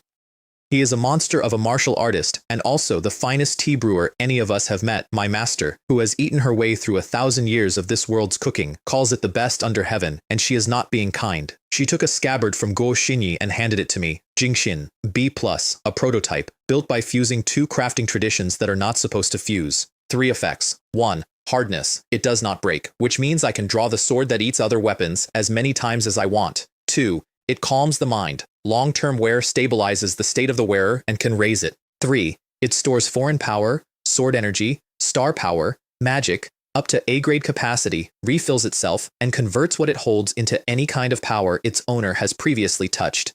Take those in order. Problem 1. I can't draw. Solved. Problem 2. I'm cracking. Solved. Problem 3. The black fire drains me dry in a single exchange because my reserves are mediocre. Solved, with a spare tank. 3 effects, 3 of my exact problems, in the order I acquired them. How is it? She said, extremely pleased with herself. It's this old lady's work. If it weren't good enough, I couldn't have brought it out. Beyond imagination, thank you, master. Then sit down and drink your tea. I spent the last month of that mission sparring with a nervous girl who could actually meet me, teaching 3 students I'd grown fond of, and occasionally getting yelled at by a pop star over a communicator. Then I told everyone I was going home for a while, filed for leave, and left. The settlement panel graded my first real job perfect, which surprised me because the mission had literally said place top 8, and I'd been at least 4 rounds past that. Turns out, placing isn't the same as bonus objectives, and the bonus objective the space had quietly been tracking was this. In that city, smashing a badge counts as a win. The space does not agree that smashing a badge counts as beating someone. So the final had been scored twice, once for winning, once for actually beating her. Then it started analyzing the world through me. That's the part nobody tells rookies about. The space isn't running these missions for our benefit. It's eating every keyword an agent touches. The disaster that made this world, the new species, the energy, the economy, the secret martial art, gets detected, recorded, and filed. And once a world's analysis passes 75%, the space digests its rules and gets bigger. Final analysis of the Asterisk world, 24%, which I later found out is low, embarrassingly low. An average first mission runs about 40. Rewards, 12,400 points, 1 C chest, 1 B chest. 6,000 of those points went straight back out to make the temporary star power I'd been given permanent, which left me, after everything, under 20,000 total. 2 years of work. Then, agent rank C+, agent evaluation B-, which meant my next mission would be a promotion mission. I went to find out what that meant from the one man in the space who sells that information. There's a bar in the rest district called the Adventurers Club, and it is the size of a district because it has to hold a team of tens of thousands. That's not a figure of speech. Commander Yasu of the Free Adventure Corps has personally invited every single member of his organization out of a mission world and back here. Tens of thousands of people, all elite, all from different realities, all recruited by one man who claims he just made friends. So by contact, I said, you mean drag literally everyone you have ever met back to the main god space. Sometimes after a slight contact, they just become teammates. Other agents bring back a girl, or a harem, or a couple of friends. This man brought back an army. He explained the analysis numbers and the reason mine was so low. I'd spent my entire mission in the years before the story starts. I'd barely brushed the protagonist's faction and never met most of the villains. Protagonists and villains are, by their own estimate, 60% of a world's value. That was the exact moment I understood the shape of the thing. The space doesn't want you to save the world, it wants you standing next to whoever matters. I also asked, since I was paying, about factions. There are 4 team-scale powers and 5 independents. The teams have official names and universally acknowledged nicknames, which Yasu recited without any apparent awareness of what he was doing to himself. The Night Order is known as the Motherly Night Order. The Shadow Alliance is known as the Chunabu Gathering Place. The Vanguard is known, he actually started to say the real one and caught himself, as the Idiot Vanguard. The Mage Tower got removed from the official count when its leader made S rank and is known as the Retirement Home. And yours? Silence. His deputy commander, a middle-aged man in mage's robes who has known me longest, put his face in his hands. It's called, he said, the Gay Harem Corps. I stood up. I've just remembered a prior engagement. Good day, everyone, and may we never meet again. Wait, it's not what you think. I didn't. I made it 2 steps before something caught my hem. A very small girl with light blue hair, no expression, holding on with both hands. Chen Long, congratulations on leveling up. Gift. 3 words. Complete argument. I was the first thing she'd noticed. She'd congratulated me first, and by the natural law of the universe, this entitled her to something. I didn't have gear she could use, so I pulled a spare energy sword out of my pocket, cracked it open, and took out the crystal at its core, a polished sphere that glows like a piece of a night sky, because that's what those things look like when nobody's built a weapon around them yet. I put it in her hands. Thank you for congratulating me. This gem is your gift. Which is when everyone at the table heard the words leveling up and stopped what they were doing. Hold on. Your B rank? Already? After 1 official mission? The bar got very quiet, which for a room that size is unsettling. The team's archivist, black hair, glasses, a book she does not appear to read so much as consult, flipped a page and a soft light came and went. Those who reach B on their first mission and clear the promotion mission on their second, she said in the tone of a woman reading a weather report, have, without exception, become S rank, as long as they didn't die. The most recent one is the Zoo, currently climbing the ladder, and Yasu, who had been having a wonderful evening, stopped having one. Promotion missions are special, he said, and he'd gone quiet in a way I hadn't heard from him before. 2 forms, either a long-duration assignment, years, sometimes over a decade in world, or a single high-difficulty extra. The first one is fine. It's just a long job. If it's the second, prepare thoroughly. He drank, which he hadn't been doing before. In the overwhelming majority of cases, missions in the main god space do not involve death. We and the space are symbiotic. It doesn't want us dead. A few specific situations are exceptions, because you never become strong without being baptized in death. The promotion mission is one of the exceptions. Honestly, I wasn't as worried as he wanted me to be, and I had a reason. The 2 forms aren't random, they're assigned. Agents who've spent years accumulating and need a shock get the high-difficulty version. Agents like me, who've hit the requirements far too fast and are skipping grades, get the long one. A, because the space isn't trying to kill me, it's trying to slow me down. Steps that are too big cause problems. Steps that are too small cause problems. The promotion mission exists to fix your stride. I knew that because it was written in the fine print of a privilege I have, and he doesn't. I didn't tell him. He'd been genuinely worried, and correcting a man's fear with a footnote is a rude thing to do. Then I went home and opened my chests. C rank, a blank skill book. Write one of your own techniques into it, hand it to another person, and they can learn it. Success rate scales with the book's grade and the reader's talent. B rank, a seed, soul armament seed. Place it in your soul and nourish it. When the time is right, or when it encounters a special opportunity, it becomes a soul-forged weapon. It looked like a sunflower seed. I looked at it for a while, and then I selected use, and it went into the space between my eyebrows and sank, and I felt absolutely nothing. I moved. I ran energy through myself. I ran sword energy through myself. Nothing responded. As far as any test I could run was concerned, I had just eaten a plant. I filed that too, and then I went to the training hall for half a month to work on the two-sword style, and that was the end of the interlude. The next Worlds panel came up 15 days later, and it was a list. A very long list. Hundreds of factions, most of which I did not recognize, and a difficulty rating with a range instead of a number. Difficulty, C to B. Ah, there it is. The promotion mission. The world was one I knew. A city built directly on top of a bottomless hole in the ground, in which gods walk around like ordinary people because they got bored of paradise and came down here to play. The list was every household in that city. I picked the strongest one. 2 newcomers, 1 boy, 1 lowly. You're really making trouble for me. This isn't a kindergarten. Red hair in a ponytail, sitting cross-legged on a bed, complaining at the ceiling. Beside me on a chair, a small blonde girl with no expression at all, feet not reaching the floor. Sigh, a hero and a spirit. I really don't know if this is good or bad. Then the goddess Freya got down to business. Before you join, one question.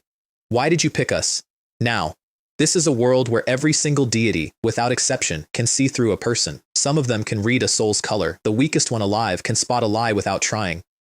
Kid, she said, watching me think, if you're planning to lie in front of a god, save yourself the trouble. I thought about the actual moment I'd chosen, not the reasoning I could construct afterward, the actual thought in my head when the list came up. Probably because you're strong enough. The blonde girl next to me turned her head for the first time, and Freya fell over laughing. Ha! I told you not to lie, and you didn't even sugarcoat it a little? She'd apparently gone years without anyone saying it out loud. Which is absurd, because it's the reason almost everyone joins her. It's just that people usually assemble a nicer sentence first. When she'd finished, she came around behind me. Take your shirt off. Here's how you become an adventurer in that world. A god pricks a finger and with divine blood writes a rune on your back. The rune unlocks something, and then your status, a full accounting of what you actually are, comes up out of your own skin in a script almost nobody alive can read. 5 basic values: strength, endurance, dexterity, agility, magic. Scale of 0 to 999, marked in letters. Everything you were before the rune gets excluded from the count and shoved into a hidden column, which is why every new adventurer in history starts identical. All zeros, no skills, no magic. It just proves you exist. 2 things happened during that engraving that nobody in the room noticed. The first is that as the divine power went into me, something in my soul quietly drank a mouthful of it. The seed. The one that had done nothing for 15 days. It took a swallow of a god's power, went back to sleep, and gave no other sign. Freya couldn't see it. She's a goddess, but soul reading isn't her department, and hasn't been since she came down here and got sealed. There is exactly one deity in that city who could have caught it, and she was on the other side of town at the top of a tower. The second thing is that my status came up wrong. All zeros, as expected. No magic, as expected. And then, in the section a new adventurer cannot possibly have anything in, skills. 1. Sword talent. Possesses an extraordinarily profound swordsmanship inheritance. Can freely release sword energy and mobilize sword intent. 2. Power of the stars. Can mobilize star power and use the star immortal arts and star sword technique. 2 rare skills, on day 0, of a type this world calls a hero's legacy. Freya looked at that parchment with a completely neutral face and thought about the rumors that had come into the city ahead of me, and I know exactly what she thought because she told me years later. She thought, I might have struck gold. The identity the space had built for me was, in fairness, extremely good. In that world, I was a hero, an actual one, from the era before this one, back when heroes were a job description. I'd spent years cleaning up the monsters left on the surface. I had, allegedly, more than one hero's legacy. Nobody knew where I came from. Outside the city, they called me a living legend, an ember of the old era, and a prelude to the new one, which is a lot of names for a man who had been alive in that world for approximately 40 minutes. She put a lock on my rune so nobody could read it. She put the same lock on the girl. Then she yelled at the door, and the captain of the strongest household in the city walked in. He was under 4 feet tall. Short golden hair, blue eyes, the build and face of a boy, and a voice that came out steady and unhurried and made you want to stand up straighter. Liam O'Connell, a Palom, which is why he's that size, and past 30, which is why nothing about him is young. He took me on a tour of the manor, and the first stop on the tour was the back lawn, and there were people already training on it, and he asked them very politely to clear out. Then he threw me a wooden sword. The pretext was that it was a special training weapon, tough material, an enchantment on it, kept by the door for beginners. The reality is that his goddess had winked at him on the way out of the room. He staked his golden spear in the dirt and picked up a wooden one. The members standing around the edges could not process it. A newcomer, sparring with the captain, a first-tier adventurer, on his first day. I gave it 3 seconds and then opened with the 2-stage draw because I wanted to know his ceiling immediately. He caught it, not blocked, not evaded, caught with a single spear at a speed I'd built specifically so that people wouldn't. And then he caught the second half too, the scabbard coming in from the other side with the same weapon because a polearm in the right hand covers angles a sword does not. I found out afterward that he'd nearly missed it, that his hands had moved on instinct before his head arrived, and that he'd been more surprised than I was. "This is getting interesting," he said, and then he put both hands into it and threw me. Not a technique, not a trick. A short man in a garden picked up my entire body and sent it into the air with a wooden stick.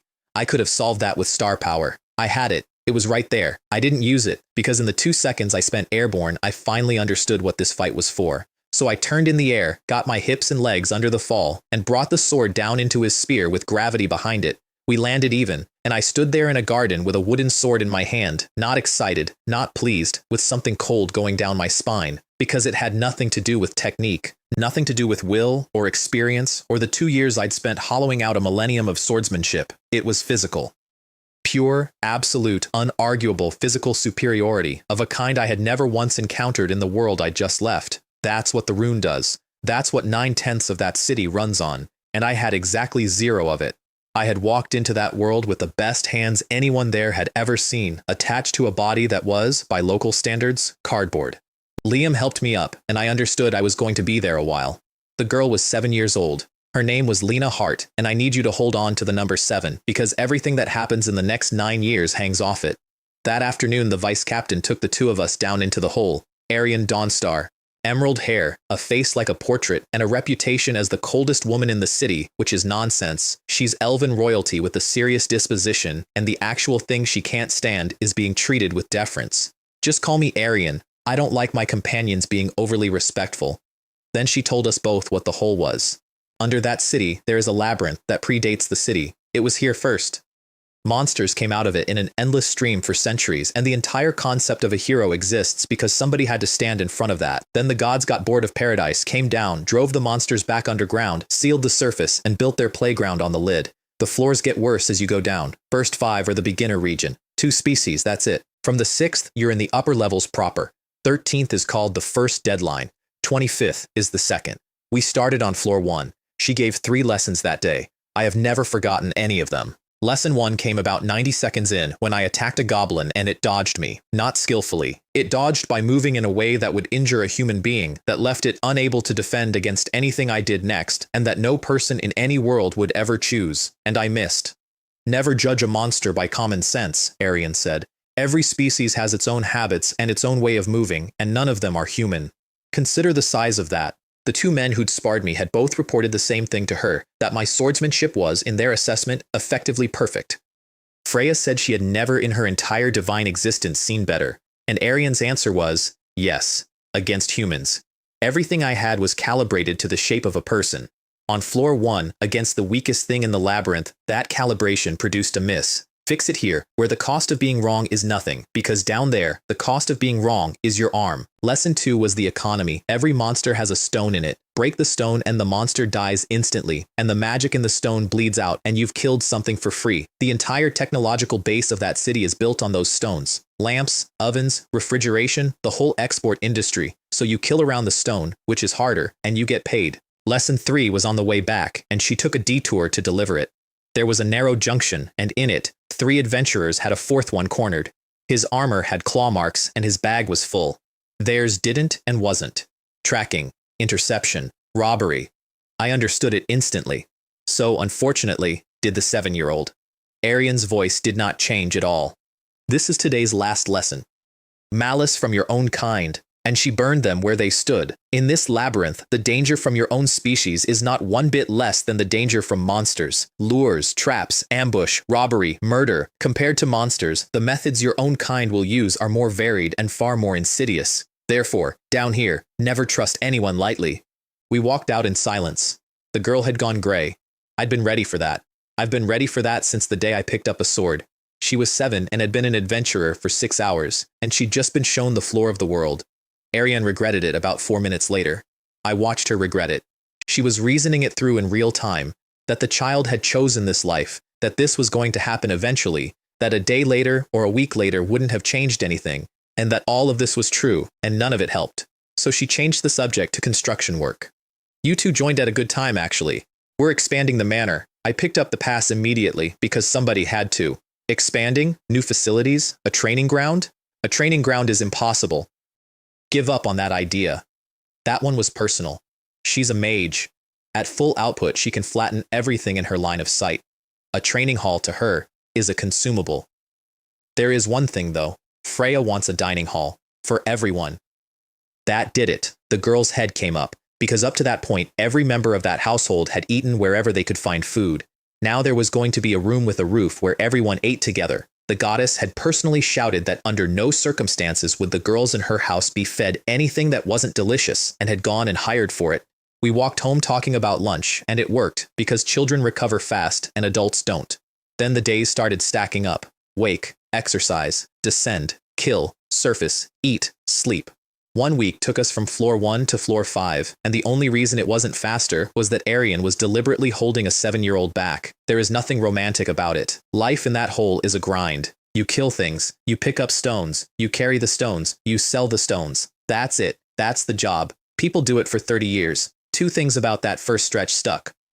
The first is that Lena always took the bag. She'd worked out early that she was the smallest contributor in a party of 3, so she compensated by grabbing every other job available, and the biggest one was hauling. She'd come over with both hands out and tug my sleeve until I filled them. Carrying the load slowed her down, obviously, which meant Arian and I looked at each other over her head, said nothing, and quietly reclassified it as weighted training. She never found out. She spent 2 years extremely pleased with herself for being useful, and we spent 2 years secretly making her stronger with it, and I still think that was the correct decision. The second thing is the day I caught a rabbit. Floor 6 has 2 new species.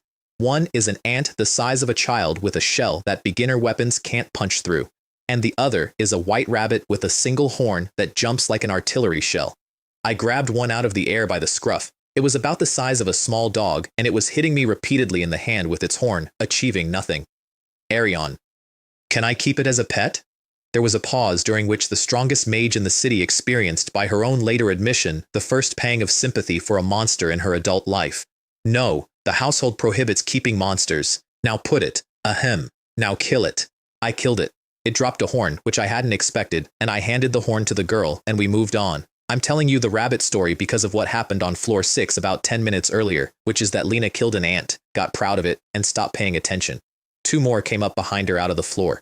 She got out of the way in time because Arian shouted, and then Arian took the skin off her. I have told you many times never to lower your guard. The girl went behind me and stayed there. She knew. She'd known before the sentence started. She'd been allowed onto a new floor that morning, which she'd read as approval, and she'd wanted so badly to deserve it that she'd stopped thinking. I didn't intervene. There was nothing to intervene about. Getting carried away is one of the top causes of death down there. She'd made the mistake in the one place in the world where it cost her nothing, and being yelled at for it is the cheapest lesson she will ever get. Then a week in, our numbers came back from the goddess, and Freya stopped being funny for a second. Every value except magic had gone from 0 to the second band in a week. For context, in that city, the normal time to go from the first tier to the second is 3 to 5 years. Some people take 10, some people never do. At this rate, Freya said, entirely delighted, neither of you will need a year. I nodded and did not tell her that in 9 years, a boy was going to arrive in that city who'd hit that band in 3 days and rank up in a month, and that comparing myself to him would be a category error. And then, about 10 days in, Arian had something to do and handed me the child for a day. We had breakfast. We went to the Adventurer Street, which is the one with the guild headquarters on it and every shop in the world an adventurer might need. We delivered 2 commission letters for Arian, one to a potion house the size of 3 storefronts and one to a smithy hidden down an alley so narrow you have to turn sideways. At the smithy, I sold something. I had a spare energy sword from the last world, and its core was made of a mineral that does not exist in that city. I offered it to the god who runs the forge, an old man with a white beard who looks more dwarf than the dwarves. He looked at me and the girl before he looked at the stone. I see. Freya really has picked up a treasure. Then he offered 200,000. That's nothing. First-tier equipment in that city runs into the tens of millions, but 2 novices working the upper floors clear a couple of thousand a day before expenses, and 200,000 meant that for the first time since arriving, I could buy things, which mattered, because up to that point our combined savings had gone on exactly 1 purchase. Earlier that morning, in an item shop, the girl had stopped in front of a small cyan gem. It's a magic item. It holds 1 charge. When you use it, it produces a gentle breeze. That's it. That's the entire function. It blows on people. It cost every coin she had saved that week, plus a contribution from me, and neither of us knew how to haggle, so we were absolutely robbed. She spent the entire afternoon blowing it in my face. Who? I turned my head. Who? I noticed something the 3rd time she recharged it, which is that she was recharging it herself, which meant she had magic. Lena, you can use magic. Why don't you use it in the labyrinth? Who? First, into my face, before answering. Because Arian won't let me. She's afraid I can't control it and I'll hurt myself. I left that alone, because the strongest mage in the world had made a professional judgment and I'd been in that city 10 days. But I watched the girl's face when she said it, and there was a very specific unhappiness in it, and I understood suddenly why she'd spent her entire life savings on a toy whose only function is producing a small amount of wind. We ended the day on top of the city wall, watching the light go out of the sky. Who? And an idea arrived, and it was not a plan. It was not a strategy. It was a man watching a kid press a gemstone over and over. Lena. Do you want to feel your own magic? Something lit in her face and went out again in the same second. They didn't tell me the words to start it. That's fine. I can give you the feeling.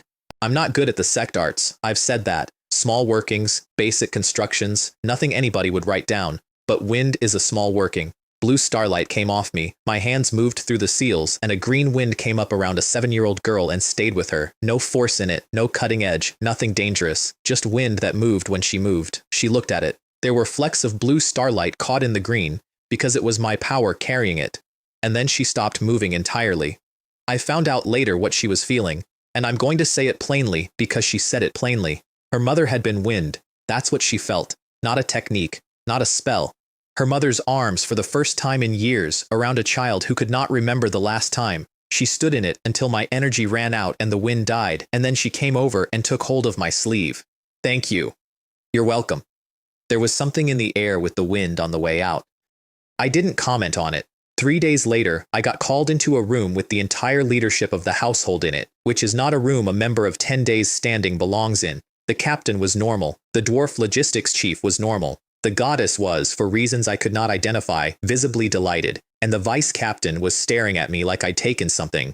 This expedition departs in 3 days, Liam said. I intend to bring you and Lena, for experience. You could have told me that at the general briefing. Also, Arian appears to have an opinion about me. Chen Long, I'm asking you.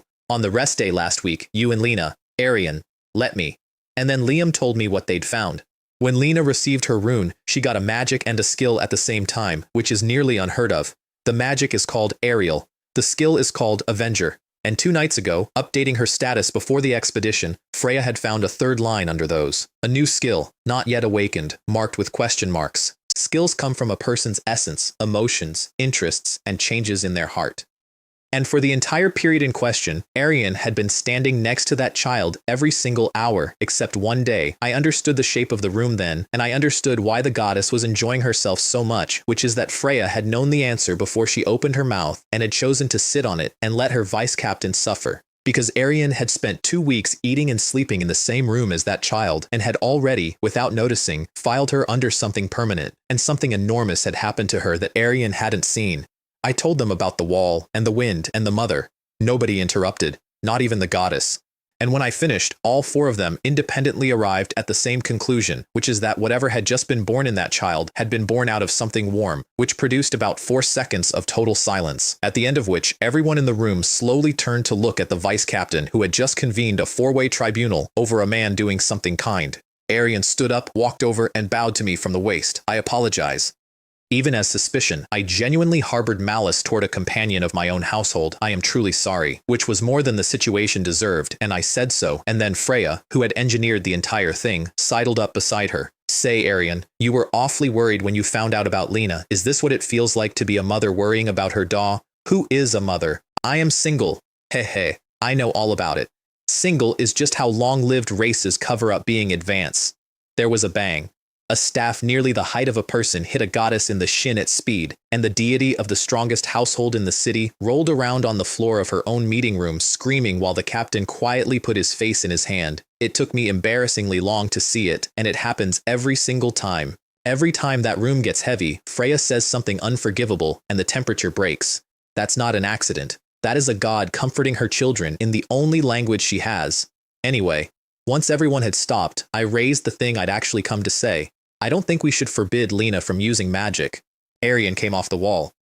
But she'd learned something in the last 10 minutes, so instead of arguing, she laid out the case, calmly, and it was a good case. Avenger, activates at will, greatly amplifies attack against monsters, enormously amplifies attack against dragons, and, this is the part, the effect scales with the depth of the hatred. Freya's professional assessment was that it is an amplification skill with no ceiling. The side effect is that using it makes the hatred deeper every time. The skill feeds on it and pays it back with interest, and if you let a child run that loop for 10 years, there isn't going to be a person left inside it. So you slowed her down on purpose, I said. You withheld the incantation, and if you could have forbidden the skill, you'd have done that too. Yes, so why are you arguing? Because you can't forbid the skill. That landed. Have you ever asked yourselves where those 2 abilities came from? Liam's head came up. He got there before I finished. You're saying Ariel doesn't come from hatred? They'd assumed it did. Both of them, from the same root. It's an understandable read. You know the girl's history. You know what she's for. You see a skill built out of vengeance, and you file the other one next to it. Ariel, I said, comes from her mother. Her father's revenge. Her mother's love. One each. That's what those 2 abilities are. And the household, meaning well, out of nothing but care, had spent months forbidding one of them. They'd banned the love and left the hatred running. Arian sat down. I watched the color go out of her face as she followed it to the end. Liam thought about it for a while, and then made a captain's decision, which is that he reserved judgment until after the expedition. He wanted to see the girl fight first, which was, in hindsight, the correct call, and I say that because of what he saw. 29 people. Target, the floor boss on 37. The reason for the target came out on the walk down, when the dwarf asked whether it wasn't a bit hasty. I know it's rated as a 6th-tier threat, Liam said, and a floor boss exceeds ordinary monsters of its own tier. But we need to speed up. I've heard the vice-captain of the Freya household may be about to rank up. The dwarf inhaled. 2 households were called strongest in that city. Ours had 3 first-tier adventurers at the 5th rank. Theirs had 2, 1 5th and 1 6th. If their vice-captain went to 6 and nothing changed on our side, then in the short term it means nothing, and in the long term it means we stop being one of the 2. So this expedition existed, so 3 people could rank up. Floor 10 went wrong immediately. Fog cut visibility to nothing, and a silver ape came down into the middle of the column without warning, and orcs came in from the sides at the same time, and we took our first casualties, and the formation started to come apart. Then Liam spoke. Don't panic. 3rd tier, block the ape. Don't let it break the formation further. Uninjured 1st tier, groups of 3, engage the orcs. 2nd tier, pull the wounded out, then come back and prioritize killing the ape. 29 people who had been about to become a stampede turned back into an army in 1 sentence. I've thought about that a lot. Everything I do is personal. My entire craft is one body against another body. And I watched a man under 4 feet tall pick up a collapsing situation with nothing but the order in which he said things. Then he gave me a separate instruction. Chen Long, go look at where the ape jumped from. If anything's wrong, report. He was right. There was something wrong. Up on a nearby rise there was a small dragon, small in the sense that it was only about twice the size of the ape. If it had reached the column would have lost people. I cut its leg out from under it, and when it lost balance, I came down on top of its head, and my sword broke, not the legendary one. I keep that for things that deserve it. This was the standard issue blade the household hands to new members, and I'd put enough sword energy into it to punch through dragon scale, which is a thing that blade is not remotely rated for. The scale failed. Then the blade failed. It hollowed out from the inside and came apart in my hands. I brought the pieces back to the quartermaster. Braun took one look. It's dead. The inside's gone. Can you not be gentler with your own equipment? I was being gentle, and I'm supposed to believe that. He threw me a new katana. Break it again, and I'm charging you. Floor 17 is where the first floor boss lives, and floor bosses are called the lone kings of the labyrinth because nothing else will spawn in a room where one of them exists. Liam started laying out a plan. I walked over and interrupted him. Can you leave this one to me? He looked at me for a long moment. Are you serious? You're the only person in this household who's crossed weapons with me. You know exactly what I have. I started walking toward the chamber. Do you think I can't beat it? Behind me, a spear went into the dirt, and the captain of the strongest household in the city said, in a completely level voice, "Everyone, rest here." Then his vice captain and his quartermaster arrived at his shoulder simultaneously. Liam, are you serious? I asked him exactly the same question. It's fine. The chamber on 17 is round, and the walls in it shine in 7 colors, and there is only one door on the other side. The wall cracked, and a giant came out. I use the word giant carefully. Goliath is a naked human shape, and it is taller than most of the rooms in that labyrinth are high. It found the only living thing in the room and swung a palm at me like a falling building. It left a handprint in the floor you could park a wagon in. With star power up, I was not confident about taking that head on. Fortunately, it was slow. Fortunately, slow is the one thing I have a comprehensive answer for. I drew across the palm on the way past and cut it open, and the noise it made brought dust down from the ceiling. Then it stopped being interested in aiming and started hammering the floor with both hands, which sounds like an improvement and is not, because those arms are not just strength, they're area. Every time I went for anything that mattered, an arm was there, not blocking, just occupying the space. So the fight stalled, and stalling is fatal, because in a contest of endurance between me and a monster the size of a building, there is no version where I win. Fine. In short, let's try cutting the weapons off at first. Black fire came up the blade. The sword unfolded from a katana back into the great sword it is when it isn't being polite. The next time the palm came down, I didn't move out of the way. I turned my body and cut through the arm. It came off. The whole thing. It hit the floor, and the impact felt like the floor was leaving. Goliath screamed and swung the other one, and with one arm gone, it could no longer cover its own body, and I was already inside. Then it opened its mouth. Wind pressure and magic converging in the jaw of a thing that size is not a breath attack, it's demolition. And the reason I know exactly what it looks like from the inside is that I was standing on its head when it fired. That's genuinely frightening, I said to nobody, from on top of a giant, watching a chamber get erased below me. If that had caught me square, I'd have survived it in the technical sense. Then I jumped, let gravity do the work, and split it top to bottom. Behind me, at the mouth of the chamber, the expedition had gone completely silent about halfway through and had not started again. What a terrifying young man, said the dwarf, easing his grip on his shield, soloing a floor boss. He's still first here, and he can already be called a first-rank combatant. To be honest, Liam said, keeping him on the upper floors is a waste. But if we let him go deep alone, it would provoke Lena enormously. And they both went quiet, because a great deal of what that household was doing at that point was arranged around the emotional trajectory of one child. That child, incidentally, was at the back watching the whole thing without blinking. Why is he so strong? She'd been asking that since the day I sparred her captain in the garden, and she'd never once said it out loud, and she was not going to stop asking it for 9 years.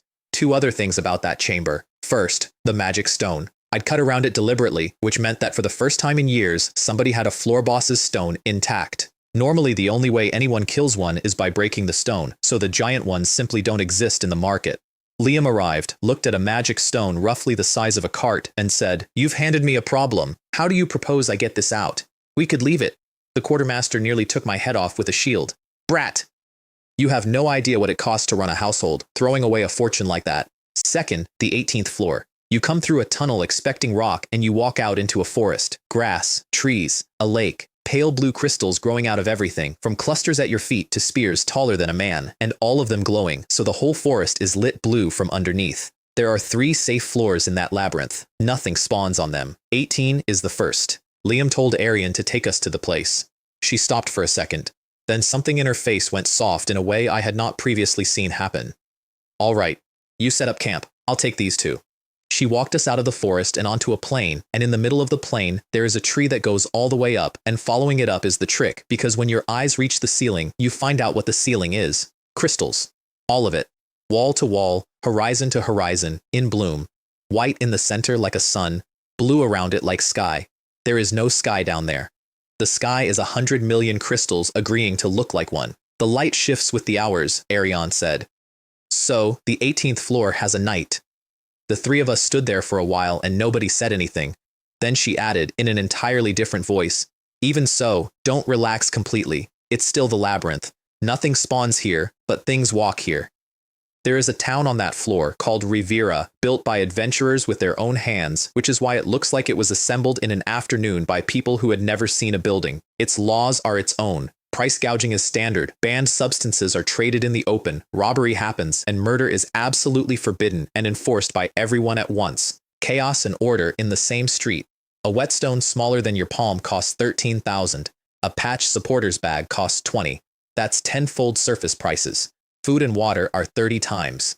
This isn't gouging, I said out loud, holding a price tag. This is robbery. An adventurer passing by grinned at me. First time in Rivera, kid? Before you complain about the price of food, think about how hard food is to get down here. Nobody buys supplies in this town unless they have absolutely no choice.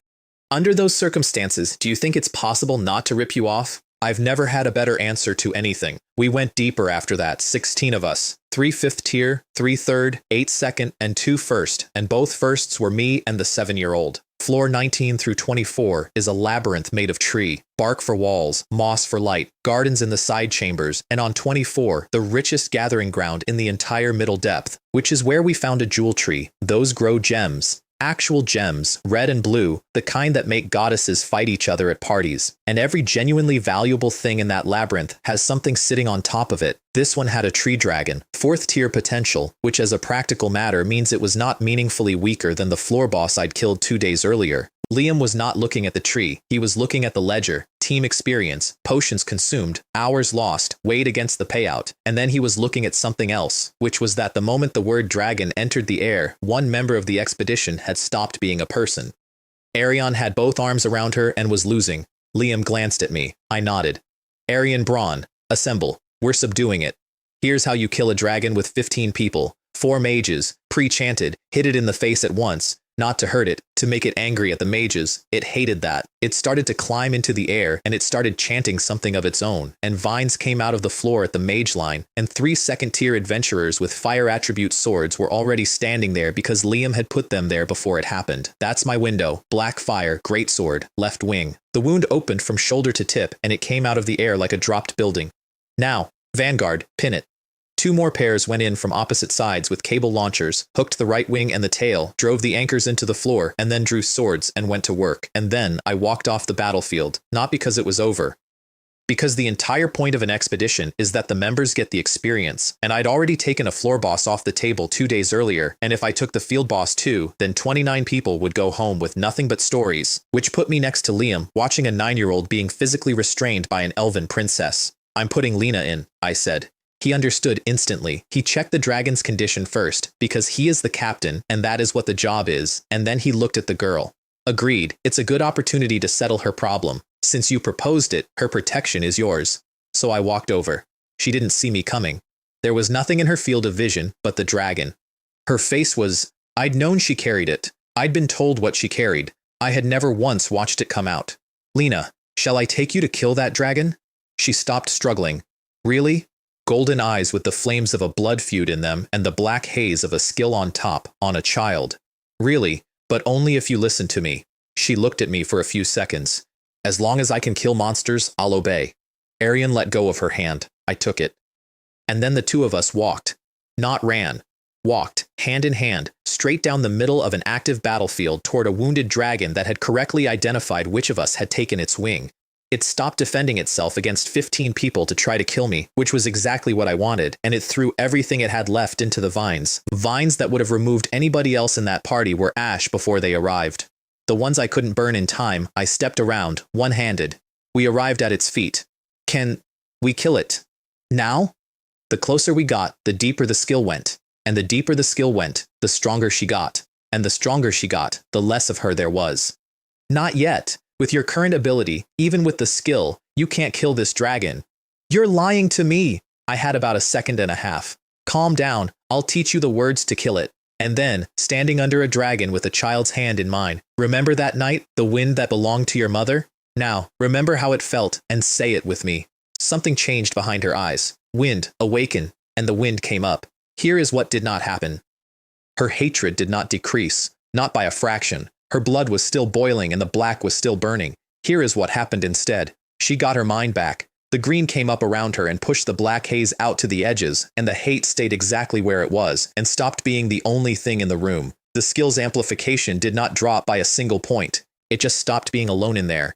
Something warm had arrived and put itself between the child and the fire. That's Ariel. Wind attribute. An enchantment. It wraps the user, raises attack, defense, and speed, and gives short flight. 2 abilities, one from a dead father, one from a dead mother, and for the first time both of them were switched on at once. Lena, I said quietly under the noise, I'm not going to stop your revenge, but I want you to understand that revenge is not everything you are. She looked up at me, at the person who had now brought her that win twice, and something surfaced in her that she hadn't been able to reach in years, which was her father's voice. I'm sorry, Lena, I'm not your hero, but I believe that one day you'll find your own. Then I told her the last part. You get one chance, put everything into it, and kill it in one hit. And I turned and ran straight at the dragon, because it had spent the last 4 minutes deciding I was the only thing in the world, and it took the bait completely. She went up on the wind. I know what she was thinking, because she told me, years later, on a different floor, on a bad night. She was thinking, if this fails, he takes me off the field, and I never get another dragon. That absolutely cannot happen. I want revenge. The skill climbed, the wind compressed, and the short sword in her hands, the good one, the custom one, the one 3 separate first-tier adventurers had chipped in to have made for her, began to crack because a 9-year-old was pushing more through it than it had been built to carry. It wasn't enough. She could feel that it wasn't enough. Even against a dying dragon, she could feel the size of the gap, so she asked for more. And something in the wind answered, and she shouted a second line she had never been taught by anybody. Oh wind, sweep through.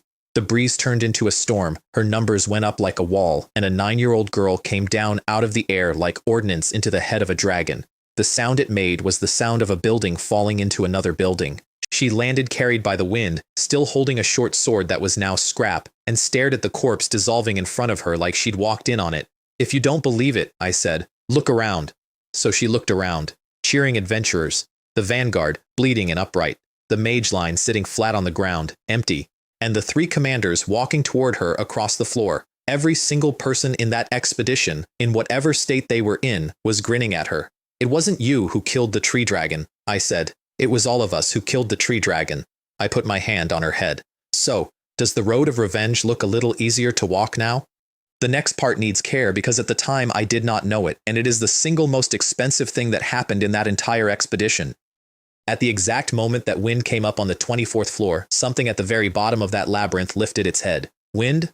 Ah, yes, that's right. That's wind. Wind, wind, wind. It has to be the wind of Arya. Found you. I'm coming to find you right now. Wait for me, Arya. And on that day, a thing at the bottom of the world began climbing. We finished the expedition. The jewel tree paid for the whole month twice over. The floor boss on 37 was handled by Liam, Arian, and Braun personally, with the rest of us, me included, standing back and not interfering, because those 3 were there to rank up and this was the fight they'd come for. That was the first time I saw first-tier adventurers use everything. Braun trading blows with a floor boss on strength alone, Arian's high magic, which is not a spell so much as a weather event with a name, and Liam commanding calmly right up until the moment he stopped commanding and used his own magic, at which point the reliable man goes away and something else steps into his place for a while. I understood, standing there, exactly what the top of that city looked like.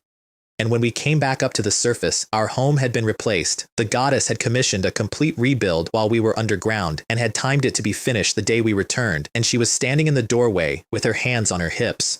The new manor is a cluster of towers of different heights joined at the base and connected higher up by stone bridges in bronze and violet, and from the street it looks like a range of mountains made out of swords. On the tallest tower there is a jester's banner. It is also completely incomprehensible from the inside.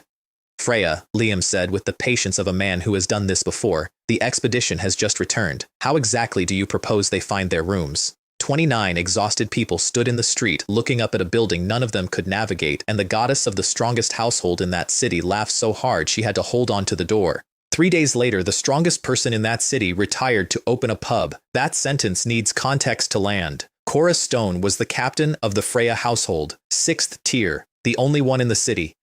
Not one of the strongest, unambiguously, by a full rank, with nobody else close. And she filed paperwork to step off the front line. Our quartermaster took it worse than anyone, largely because they're the same race and have been insulting each other on sight for years.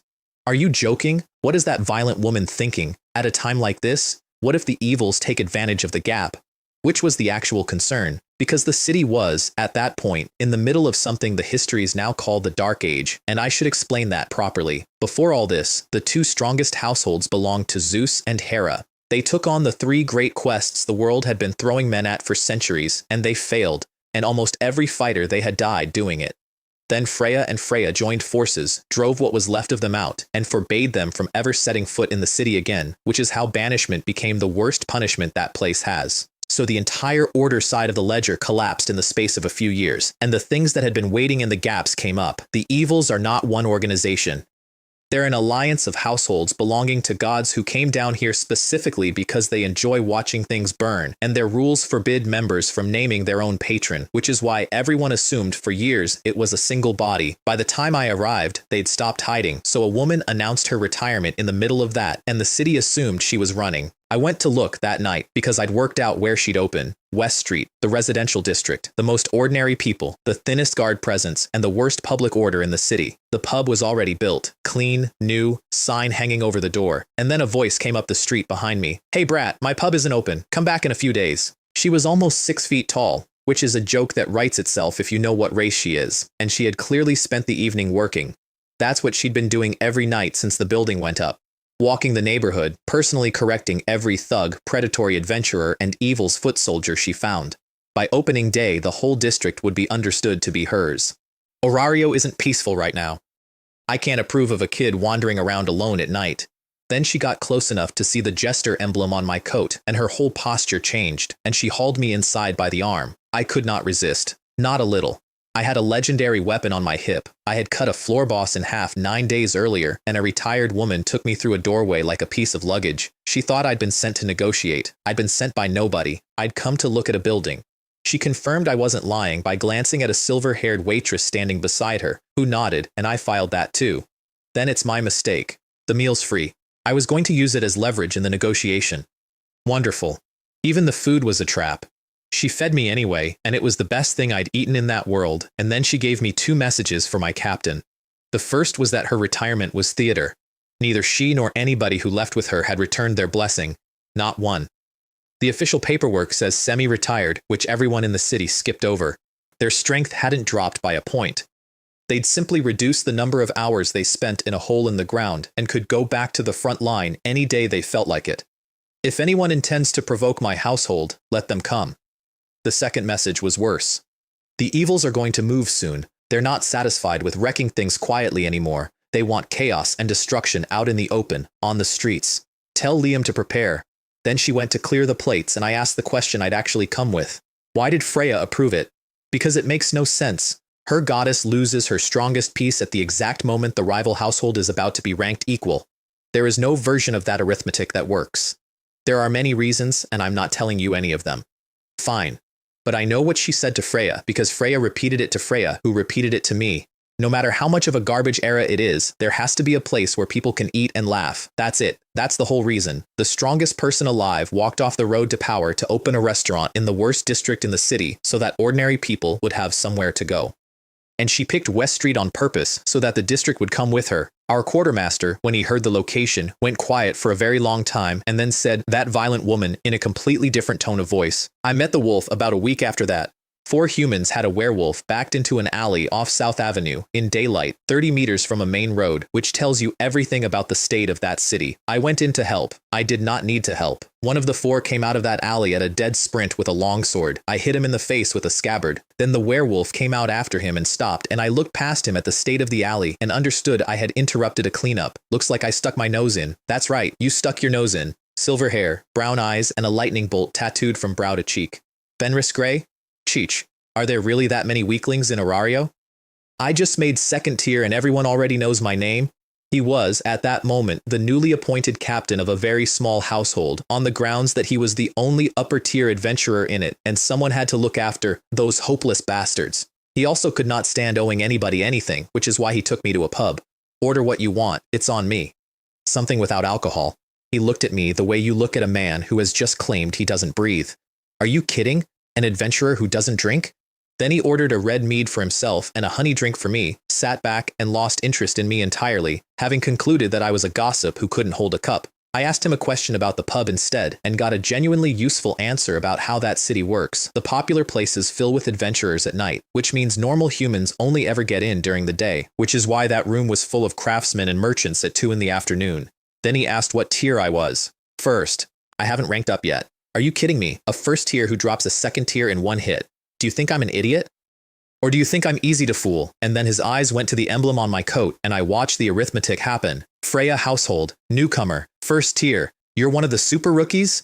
Which was my opening, and I took it. Are there really that many weaklings in Aurario? I haven't even made second tier and everyone already knows my name? You bastard, are you picking a fight? Calm down. You said it first. Sheesh, all you know how to do is run your mouth. He sat back down, drank, scratched his head, and produced the following, with the enthusiasm of a man passing a kidney stone. It was my fault for misunderstanding, that should be enough. I put my hand out. Let's do this properly. Chen Long, newcomer, Freya household. He stared at it. Are you kidding me? You want to be friends? Only weaklings huddle together for warmth. A wolf is a pack animal. Am I wrong? He went very still. I did not know at that point what I had just said or what it cost. I found out later, and when I found out, I stopped being pleased with myself about it. He took my hand. Fenris Gray, captain, Veda household. Second tier. Then he made me spar him in a rented hall in the central tower, and what he does matters later. He has 2 skills, and they interlock, which is rare enough that most adventurers go their whole lives without seeing it. The first raises his movement speed, the second raises his strength and agility while he's accelerating. So the faster he goes, the harder he hits, and the harder he hits, the faster he goes. And there is no natural ceiling on the loop except how long his body holds. He ran that loop up as far as it would go, and then came at me with everything. I raised the scabbard. He described it afterward as kicking a wall. Then the katana in my left hand hit him in the stomach, and he was unconscious for an hour. When he came round, he asked me if I was really first tier for the 3rd time that day. And then, because he is genuinely a good person underneath the personality, he apologized for asking about my skills, which is a thing you do not ask about in that city. I didn't tell him. Not because I don't trust him, because my goddess had told me not to, and I'd been in that world about 6 weeks, and picking a fight with your own god's instructions over a bar friendship is what people who die stupidly do. Somewhere in the middle of all of that, a year went by. Lena and I ranked up, both of us, in under a year, which had not happened in that city in living memory. Mine came first. We sat on it, partly because of her feelings, and mostly because my goddess wanted to detonate both announcements simultaneously at a meeting. That meeting is held every 3 months on the 30th floor of the central tower and is called a divine assembly, and I want to describe what it actually is versus what everyone thinks it is. What everyone thinks. A solemn council of gods. What it is. A party. Deities shouting over each other. Gossip as the first agenda item, and one of them standing in the middle of the room announcing his own name repeatedly at nobody. There is exactly one item on that agenda with real weight, and it's the naming. Every time an adventurer ranks up, they get a title, and it stays with them forever, and it's how the entire world will refer to them for the rest of their lives. Liam's Braver, Arian's 9 Hell, those come out of this room. And the truth about this room is that well over half of those titles are invented on the spot by bored immortals for the purpose of making each other laugh. The proceedings that day included a god of a small household on his knees begging for mercy, "I beg you, spare us with your words," and receiving in unison from an entire table, "Refused." A girl got named Beautiful Tail Rotten Hand. Her goddess made a sound I have not heard a living thing make. They will give a blacksmith a title about dragons. They will give a healer a title about arson. Nothing you can do to a deity in that city hurts more than watching a child you raised come home glowing about a name that has just ruined their life. That is why they never get tired of it. The abuse tapers off as the ranks climb, for the obvious reason that nobody suicidal enough to hand a humiliating title to a 5th-tier adventurer's goddess has survived long enough to attend. And then it was our turn, and the entire assembly leaned in, because the reason attendance was double that day was the rumor that the Freya household had produced 2 things. "Next," said my goddess, waving a folder, "are my children, ranked up in under a year, Chen Long and Lena Tan." They read the achievements, then the volume in that hall went up. "Are you kidding? That was true?" Soloed the floor boss Goliath at 1st tier. Hey, come on. Between Braver and 9 Hell, exactly how many outstanding children do you intend to take, Freya?" "A title. Let's give them a title." Then let's band together and give these two super rookies a name they'll remember for the rest of their lives. Seconded. Seconded. And Freya turned her head. That's all. She turned her head and looked at them. Huh, if you want to die, just say so. We are very sorry. Good grief, weigh yourselves before you act. We got Swordmaster and Sword Princess, and I have never once told her thank you for that, and I should have. The other thing that happened that day happened on the ground, because with the assembly running, we had the day off. I took Lena to the East District, which is the commercial one. All stalls and produce and household goods, and by then you could not walk 2 blocks without seeing what the year had done. Collapsed buildings, broken road surface, guild staff and adventurers patrolling in pairs, production households handing out potions in the street for free, healers working on civilians at the roadside for nothing, and a fair number of people who had started flinching at loud noises. An 8-year-old looked up at me and said, "Why do people kill each other?" I did not answer immediately. I did not have an answer that was both true and appropriate for an 8-year-old, and I decided in the end that I would rather give her the true one. There are definitely some malicious gods pulling strings behind this. But this, what we're looking at, is also part of what people are. Part of people? Creation and destruction. Order and chaos. Nobody gets to have only the kind half. Everyone is carrying some amount of violence they didn't choose. She went quiet, and I watched her put her hand flat against her own chest, and I understood a half-second too late exactly what she was checking for. Because she has a black flame in there, and she'd just been told that it might not be an accident, that it might just be what she is. So I got her moving before she could finish that thought, and steered her to a stall. It was a food cart. A woman was frying something, and on a board next to it, somebody had written, in a city that currently looked like that, "Potato-kun, share the deliciousness, smile with joy." The city's new source of vitality. In that district, on that day, that sign was the single most aggressive thing on the street. The state of this is part of what people are, I said. And inside that same nature, there's also the part that expects tomorrow to be better and works on it.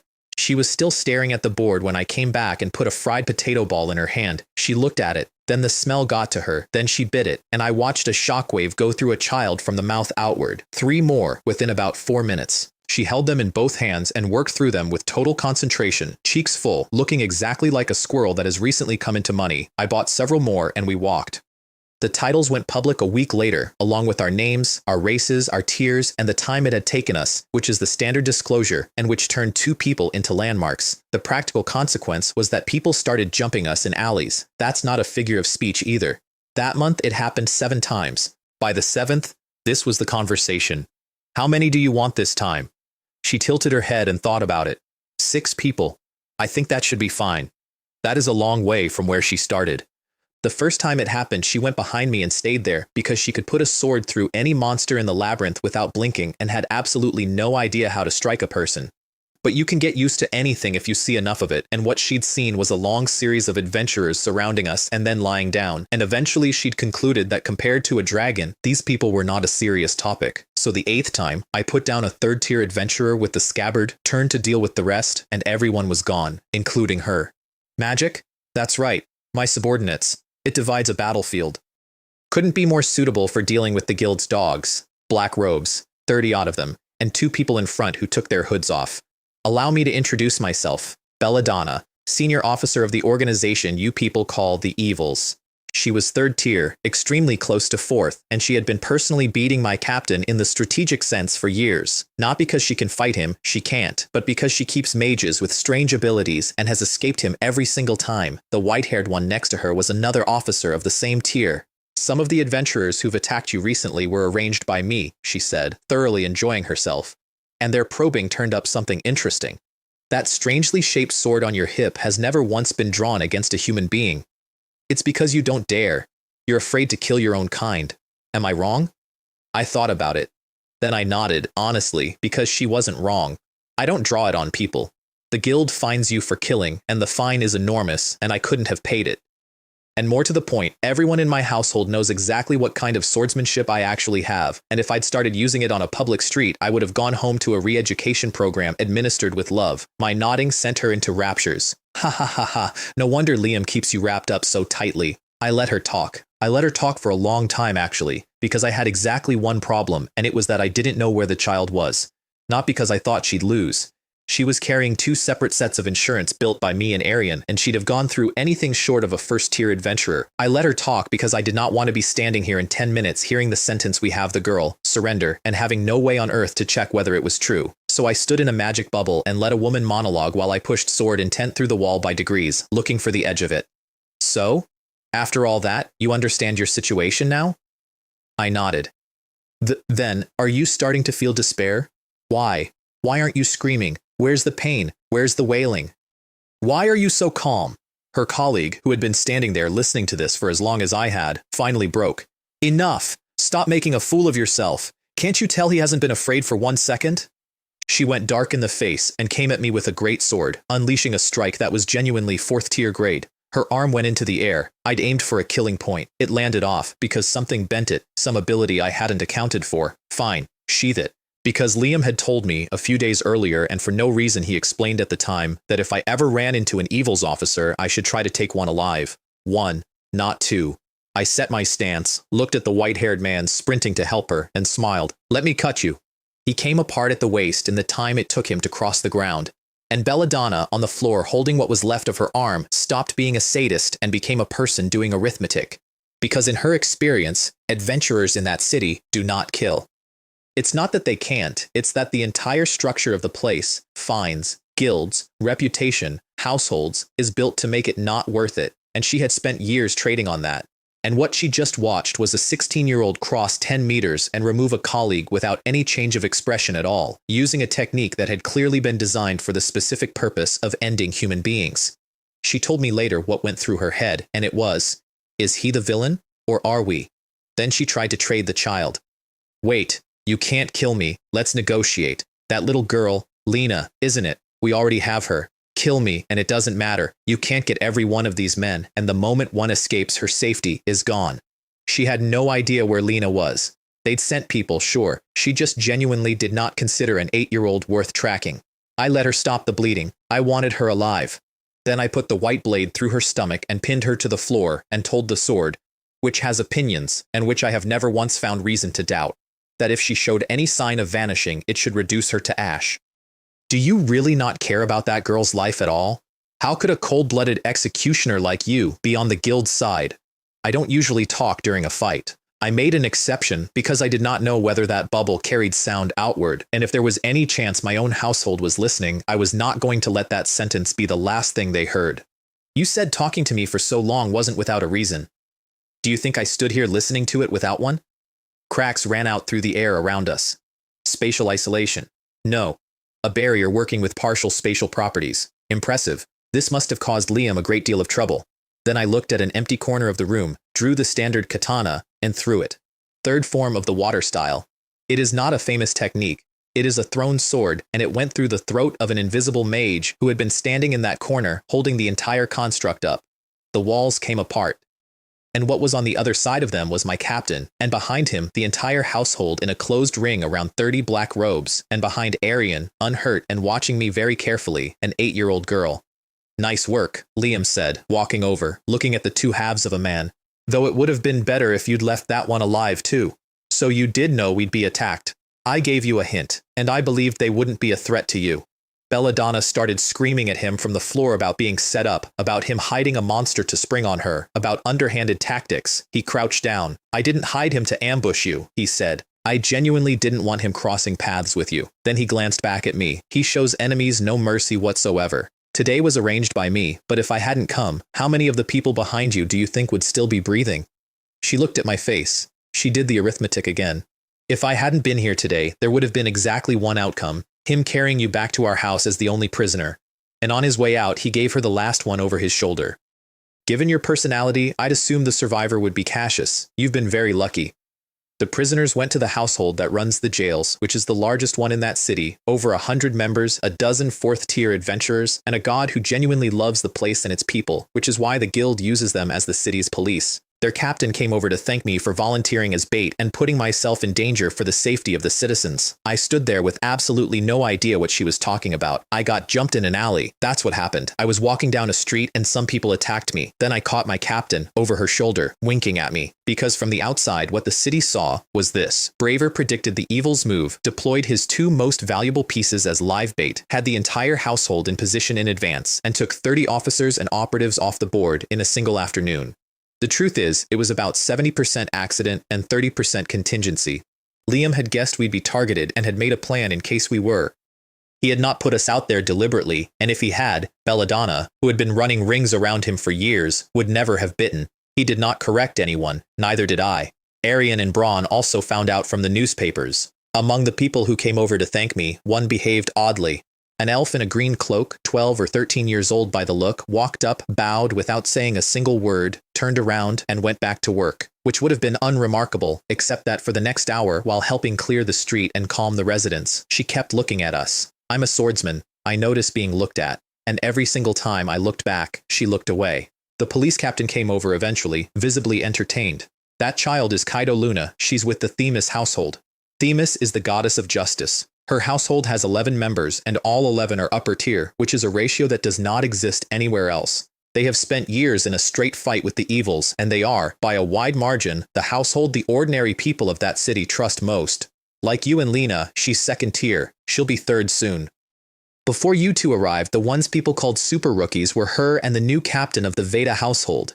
Your appearance seems to have given her a certain competitive awareness. And don't hold it against her. You know Arian. You know how rigid elves are about not getting close to people. I did know. In that world, elves have a rule. Only people they've accepted are permitted to touch them, break it uninvited, and the outcomes range from being pushed away to being attacked. And more importantly, they refuse kindness, not out of arrogance, but because in their view accepting help you didn't need is evidence you haven't grown up yet. Which means people offer, get refused, offer again, get refused again, and eventually decide the elf is a snob. That's the whole mechanism. That's how an entire race got its reputation. But that wasn't what I was looking at, because I knew who she was going to be, and I knew what was going to happen to her, and I knew when. The version of that girl I had in my head is 21, has short green hair, works in a pub, and is a completely different person.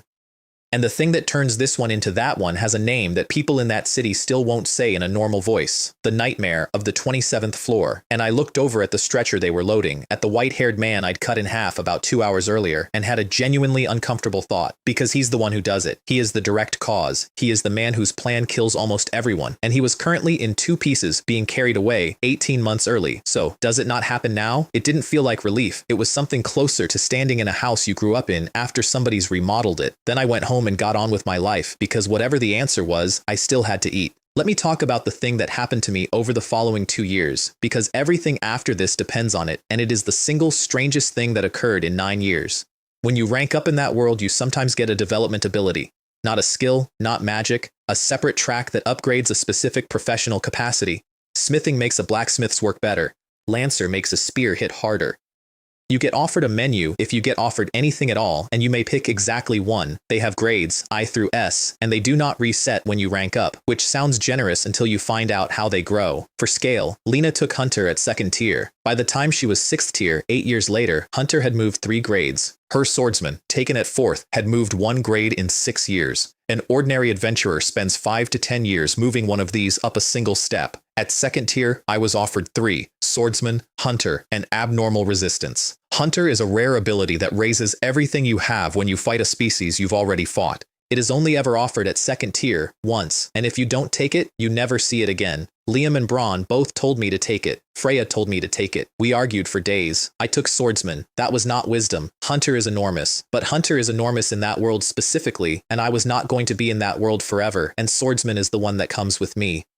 At 3rd tier, I took Abnormal Resistance, which everyone eventually takes because the labyrinth is full of poison and so is the population. And at 4th tier, I was offered exactly one option, which did not exist. Monster Hunter. Nobody had ever seen it. The guild spent a period studying it and eventually published a reconstruction of the requirements. You must find Hunter at 2nd tier, refuse it, and then slaughter monsters in volume, above your tier, in single strikes, for a long time. It does what Hunter does, on everything, forever. That is not the strange part. The strange part is Swordsman, which started climbing the moment I took it and did not stop. A year, 1 year, from nothing to SE, the theoretical ceiling of the entire system. Arian breathed out when it finally stopped moving.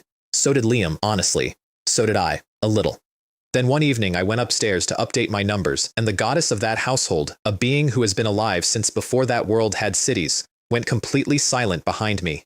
Swordsman, SS. There is no SS. That's the point of S. In every record kept since the gods came down, nobody has gone past it. She asked me, very carefully, whether I wanted this kept secret. She was prepared to hide it from Liam, Arian, and Braun. She meant it. I said I didn't mind if they knew. And she gave me a look I still remember perfectly, which was the look of a woman discovering that her son is a complete and utter idiot and loving him anyway.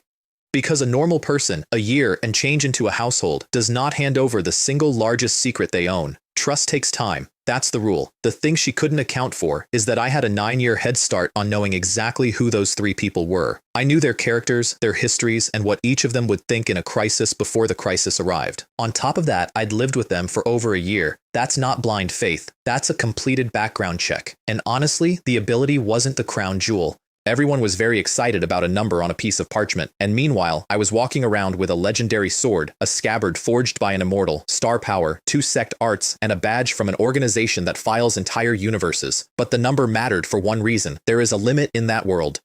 Every value stops at 999. That's not a personal ceiling, that's a rule of the place, and it has been tested by everyone strong enough to test it, and my parchment had just printed a number above it. Once a thing has happened once, it can happen twice. That's all a miracle is. The first one is impossible, and everyone after it is just work. So from that day forward, before every single rank up, I sat down and tried to push my own numbers past the ceiling of the world. Arian stopped saying it couldn't be done. She never said anything about why she'd stopped.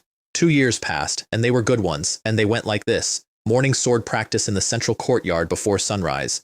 Lena found me doing it in the first week and never missed a single day after that. Nobody asked her to. She simply decided that this was a thing that happened now. For adventurers, honestly, practice is nearly pointless. The blessing means an hour in the labyrinth outgrows a month of drilling. I did it anyway. So did she. Down into the hole. Kill things. Come back. Eat in a hall that a goddess built out of pure whim, and which turned out to be the best decision she ever made because the household came from everywhere and whoever could cook took turns. So dinner was a lottery across 4 continents with the occasional experimental disaster, rest days in the city, snacks, cheap trinkets, the occasional evening at the Red Bar arguing with a werewolf. Arian taught the girl to read, and then to read the divine script, which almost nobody alive can do. And a very small number of us were quietly informed that the guild had closed the labyrinth for a while after the ambush, then reopened it, and that the evils had gone completely silent, and that the city was slowly getting better. It was, in retrospect, the calm, because 2 years later, Lena and I were 4th tier and had one problem we could not solve, and the problem was arithmetic. The guild requires parties of 3, not as advice, as the minimum viable unit. Vanguard, midguard, rearguard, attack, cover, support. If the rearguard can kill, then even when the front 2 get pinned, they can hold until the back line breaks the deadlock. We were 2. No rearguard.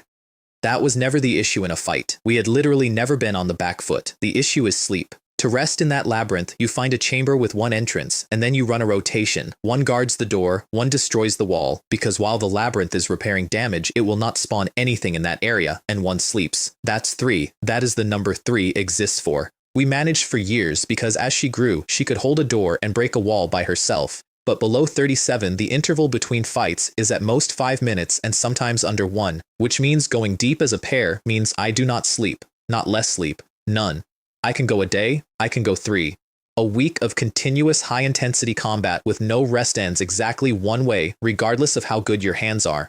So Arian was right, and she was right, loudly and frequently. There were exactly 2 people in that city who could have joined us because our style is a problem. We move at a speed most people cannot hold, and we kill everything on the way in 1 strike, so we never stop moving. The only reason a girl 4 years younger than me kept up was that she ran 3 separate abilities to do it. Candidate 1 was Fenris, whose style is an identical philosophy, and whose 2 skills let him output like a rank above his own, and who was the captain of somebody else's household, and who had not been seen in the city for 6 months. Not at his own home, not at his own bar, nowhere. Candidate 2 was Kaido Luna. 4th tier, with raw numbers better than Lena's at the same tier, fighting at exactly our speed. And she has long-range attack magic. And healing magic, which is the part that mattered, and which is rare enough that most households never see it once. She was, on paper, perfect. She also had not spoken a single word to either of us in 2 years. Which brings me to the 25th floor. I'd taken a guild commission on the way, collect a specific mineral from around floor 25, which was convenient because our actual target was the floor boss on 27 and 25 is on the road. Floors 25, 26, and 27 are called the water capital, and I have been in a lot of places now, and it is the single most beautiful thing I have ever seen. There is a waterfall that starts on 25 and falls through all 3 floors. Its width is measured in hundreds of meters and possibly thousands. The crystals reflect into it and turn the entire column of water pale blue, and it makes a sound like continuous distant thunder that you feel in your chest from a kilometer away. You get used to a lot down there. Nobody gets used to that. We were hunting for the mineral when Lena spotted a coral bed from the air, and we detoured north for it. Coral in the water capital is a euphemism for treasure. The beds grow shells, the shells grow pearls, and a labyrinth pearl is the kind of item you retire on. We got there first, and about 4 seconds later, 11 other people arrived from the opposite side, all women, all upper tier, and one green cloak I recognized. Yo, it's rare to run into other adventurers this deep. Red hair, ponytail, and the specific energy of a person who has never in her life considered not saying the next thing. Eh? Only 2 of you? Where's your party? She trotted over. Did you get separated? Or were you wiped out? It can't possibly be that just the 2 of you came down to the lower floors. It is, in fact, just the 2 of us. At which point, a Palom with peach-colored hair stepped in front of her captain and delivered a fully formed diplomatic apology. I'm sorry, our captain speaks without engaging her brain. She isn't cursing you, she's asking whether you need help. We're a party from the Themis household, and I'd say our household has a certain amount of credibility. Then the redhead introduced herself properly, having been kicked. Sorry, Seraphina Croft, captain of the Themis household. I should have told her who I was. I didn't get the chance because a voice came from behind her, and it was the first time I ever heard it. They're the 2 super rookies of the Freya household. Their names should be Chen Long and Lena Hart. Eh? Kaido, you know them? We aren't acquainted. We've crossed paths a few times. 2 years, that was the whole file. Then the vice captain arrived, and she is worth describing. Long black hair to the waist, straight fringe, and the exact silhouette of a very traditional and very well brought up young lady from the Far East. Then she opened her mouth. The captains finished cozying up. Alara played the good person. Kaito did the explaining, so I suppose it's my turn to play the bad one. It's about time we discussed how this coral bed gets divided. The temperature dropped, and the elf went off like a struck match. There is nothing to divide. Someone else arrived first. The spoils are theirs. Or does Himeka, as a member of the Themis household, intend to commit the evil of seizing another's spoils? You have some nerve. Can ownership be declared over something not yet obtained? And it's not even settled who saw it first. Besides, I never said drive them off and take it all. But even split by headcount, the majority should come to us. Look closely at what I was looking at, because those 2 argued for a full minute and neither of them was wrong. The elf believes in justice with no exceptions. What's yours is yours, and there is no argument, no context, and no hardship that makes taking it something other than evil. The vice captain also believes in justice and would die for it without hesitating, and had held some kind of position in the Far East before this, and had watched enough people scheme that she had concluded that idealism, which cannot survive contact with a bad week, is a hobby, and in between them, holding both, was the redhead, who is the reason that household existed at all, because more than half of those 11 women had been personally recruited by her. Then she turned to me and did something I didn't expect. If you don't mind, would you like to explore together? A 2-person party must have a great deal of difficulty carrying materials. We'll handle transport. In exchange, I need the combat power that lets 2 people walk around down here. I swear it on the name of the goddess Themis. If you refuse, we won't hold it against you, and we won't harvest this coral before you do. I asked her why. Because you do not invite strangers into a party in the lower floors. That is a category of decision people die of. Hey, it's not that I trust you. I decided you weren't bad people because Kaido doesn't dislike you. She's an elf, and our Kaido is the severest kind there is. Crossing paths a few times without being disliked is proof enough. Elise, though what actually settled it, I said, is that I didn't get angry when your vice captain said what she said. Ah, you saw right through me. So we worked together for 2 days, and on the first afternoon I found out what we look like from outside. Are you serious? Do those 2 always fight like that? No wonder they came down here with 2 people. Forget the lower floors. At that level, it wouldn't be impossible for them to go deeper. The deep zone? No. Looking at that, maybe they really, and their captain, who was 4th tier and at the absolute ceiling of it, watched 2 people finish a fight without needing to catch their breath, and turned to the elf beside her. Kaido, you're the super rookie who's supposed to be their equal. Can you do that? When do you think you'll be able to do that? The elf did not answer immediately. If it's purely a question of lethality, with magic, I can reach that level. But moving through a monster pack like that, freely, without any acceleration ability, unless I reach 5th tier, otherwise, she didn't finish it. Nobody needed her to. Then the redhead came over to me with a completely different face on. Chenlong, tell me honestly, did you two conceal your rank up? What? Our 4th tier was published months ago. She took a deep breath, and I watched a woman decide that the honest answer was worse than the lie would have been. Never mind, it's nothing. Let's keep moving.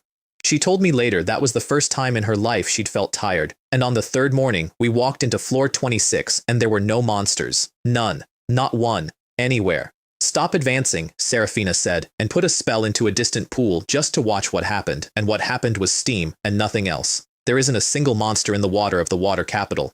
Then we heard the footsteps. Hundreds of adventurers came up behind us at a run from 7 or 8 different households in a mass that had obviously not been assembled by agreement. Party up? Are you joking? You think this many people from this many households would form a party? It's the monsters. The monsters upstairs have rioted. A middle-aged man had ended up in charge by default.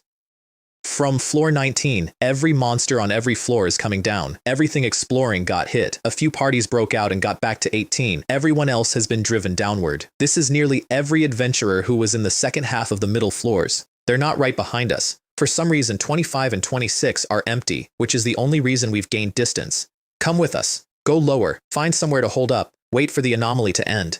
And on any other day that would have been the correct call. I was already at the cliff edge, because the water capital is terraced. The great waterfall runs through all 3 floors, and from the lip of 26, you can see down onto 27. Every monster from the lower floors was on it, all of them, standing still, waiting. We cannot go down, I said. Reorganize now. Themis household takes point. We break back upward. Brat, have you lost your mind? If you want to die, don't take us with you. Did you not hear? Behind us is every monster from 6 consecutive floors. I didn't get angry. There was no time to be angry, and there was, I already knew, something much worse in front of us than behind.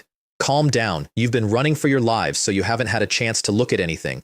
You have a minute now. Look down at 27 yourself, and then stop talking and get your people turned around. He hesitated. Then Seraphina walked to the edge, because she'd taken one look at my face and moved. Then he followed her. I heard him inhale. Everyone reform. Break out backward, now. The lower floor monsters are all on 27. This isn't an anomaly, it's a trap. And that was the moment 4 or 5 small packages came over the crowd and burst. Crystalline powder came down over hundreds of people. We went to a great deal of trouble for an opportunity like this. Did you really think we'd let you walk away? A cat-eared adventurer stepped out of a distant corner, and the powder he'd dropped on us was bait. And under the floor, the water basin of 27 exploded upward. A column of water went into the air and came down over 3 floors as rain, and up through the great waterfall, against the current, something white came climbing. Amphisbaena. 2 heads. The only confirmed floor boss in the entire labyrinth that does not obey the rule that a lone king stays in his room. 5th tier potential. 6th in water, and it had just come up into a river. We set this trap intending to die with you, the cat said, smiling from somewhere safe, including ourselves. Nobody walks out of this labyrinth today. Which is how I learned that the evils, at the end, were not schemers. They were people who had decided to take the city with them. Pale blue fire started gathering in the jaws of a 2-headed dragon, and several hundred people who had been running for a day and a half stopped being an army and started being a crowd. There was not one first-tier adventurer in that entire mass except Seraphina's household, and hers were 4th. I put my hands together, and a wall of blue starlight came up across the whole front of the crowd, and the breath hit it and went around us instead of through us. Then I turned around and asked the only question that mattered. Can the floor boss be left to you? Seraphina stared at me, at the fact that a swordsman was holding a barrier, which is not a thing swordsmen do, and to her enormous credit answered the actual question. With our household plus the adventurers here, given enough room, subduing Amphisbaena isn't a problem. But we don't have room, and the monster army coming down behind us won't give us the time. We don't need to worry about the army. This is a man-made trap, not a wandering anomaly, which means the labyrinth's own monsters still have to obey its rules. With a lone king's presence in the air, they won't come onto 26, not for a while. So get your people ready to receive it. I'll move it somewhere you can surround it. Wait, move it? What do you mean move? I was already walking away, because the barrier had about a minute in it, and I had 2 things to do. The first was Lena, who was standing with a hand pressed to the side of her head. Can you still fight? I'm fine. I can fight. The headache had lasted a few seconds and gone, and she'd already decided it hadn't happened. Then go help Seraphina put down Amphisbena. But in this fight, without my permission, do not use magic. Can you do that? She looked at me for a second with total incomprehension, and then she looked at my face, and she nodded. I understand. I won't use magic. Good. Stay safe. The barrier had about 10 seconds left. I'd been holding a floor boss's signature attack off a crowd using an art I am not good at, on borrowed power, and the scabbard at my hip was going to be empty by the end of the day, and we both knew it. So I walked to the front of a disintegrating wall of light in full view of several hundred people, pulled everything the scabbard had left, and let it stack. Then I vanished. The next thing that happened was that a dragon several tens of meters long came out of its own waterfall basin sideways because I hit it in the flank with a scabbard. Get up! Seraphina! Don't let it back in the water! Out of water, it drops to 5th tier, and 5th tier is a fight you can have with numbers. She snapped out of it and started shouting, and several hundred people who had been waiting to die found out they had a job instead. I went the other way. The Evil's operative, who had been enjoying the view, lost his composure entirely when he saw the boss leave the pool. How is this possible? What kind of joke is this? How can you use magic? You're 4th tier. You're a swordsman. You're the swordmaster. Why can you throw a floor boss?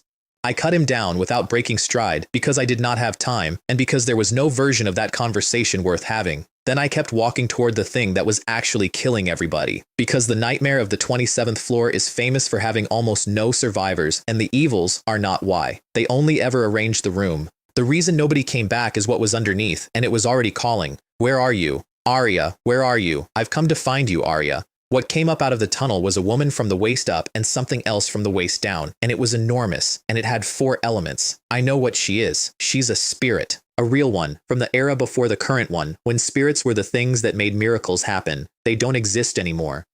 Modern spirits specialize. One commands storms, one refines gems, and she came at me with fire, then ice, then lightning, then light, and any single one of those would have been a modern spirit's entire identity. 4th tier is not a number that means anything against that. She sits somewhere around 7th. In the version of history I know, she nearly wipes out my captain and both his commanders at once, later, with all of them at their peak. The fight was a stalemate, and it was not a fight. Every time I moved in, tentacles regrew faster than I could cut them. Every time I got past the tentacles, she flattened the entire area with something that had a name and a queen in it. And every time, I emptied more out of the scabbard to survive it. That's the whole exchange. She's waiting for my energy to run out. I'm waiting for one opening. She has one weakness, and it is not a physical one. She wants one specific thing in the entire world, and she has wanted it for a very long time, and it is not me. Sorry, I said, dodging, keeping her talking, keeping her attention on the wrong side of the room. But I can't let you near our household's princess.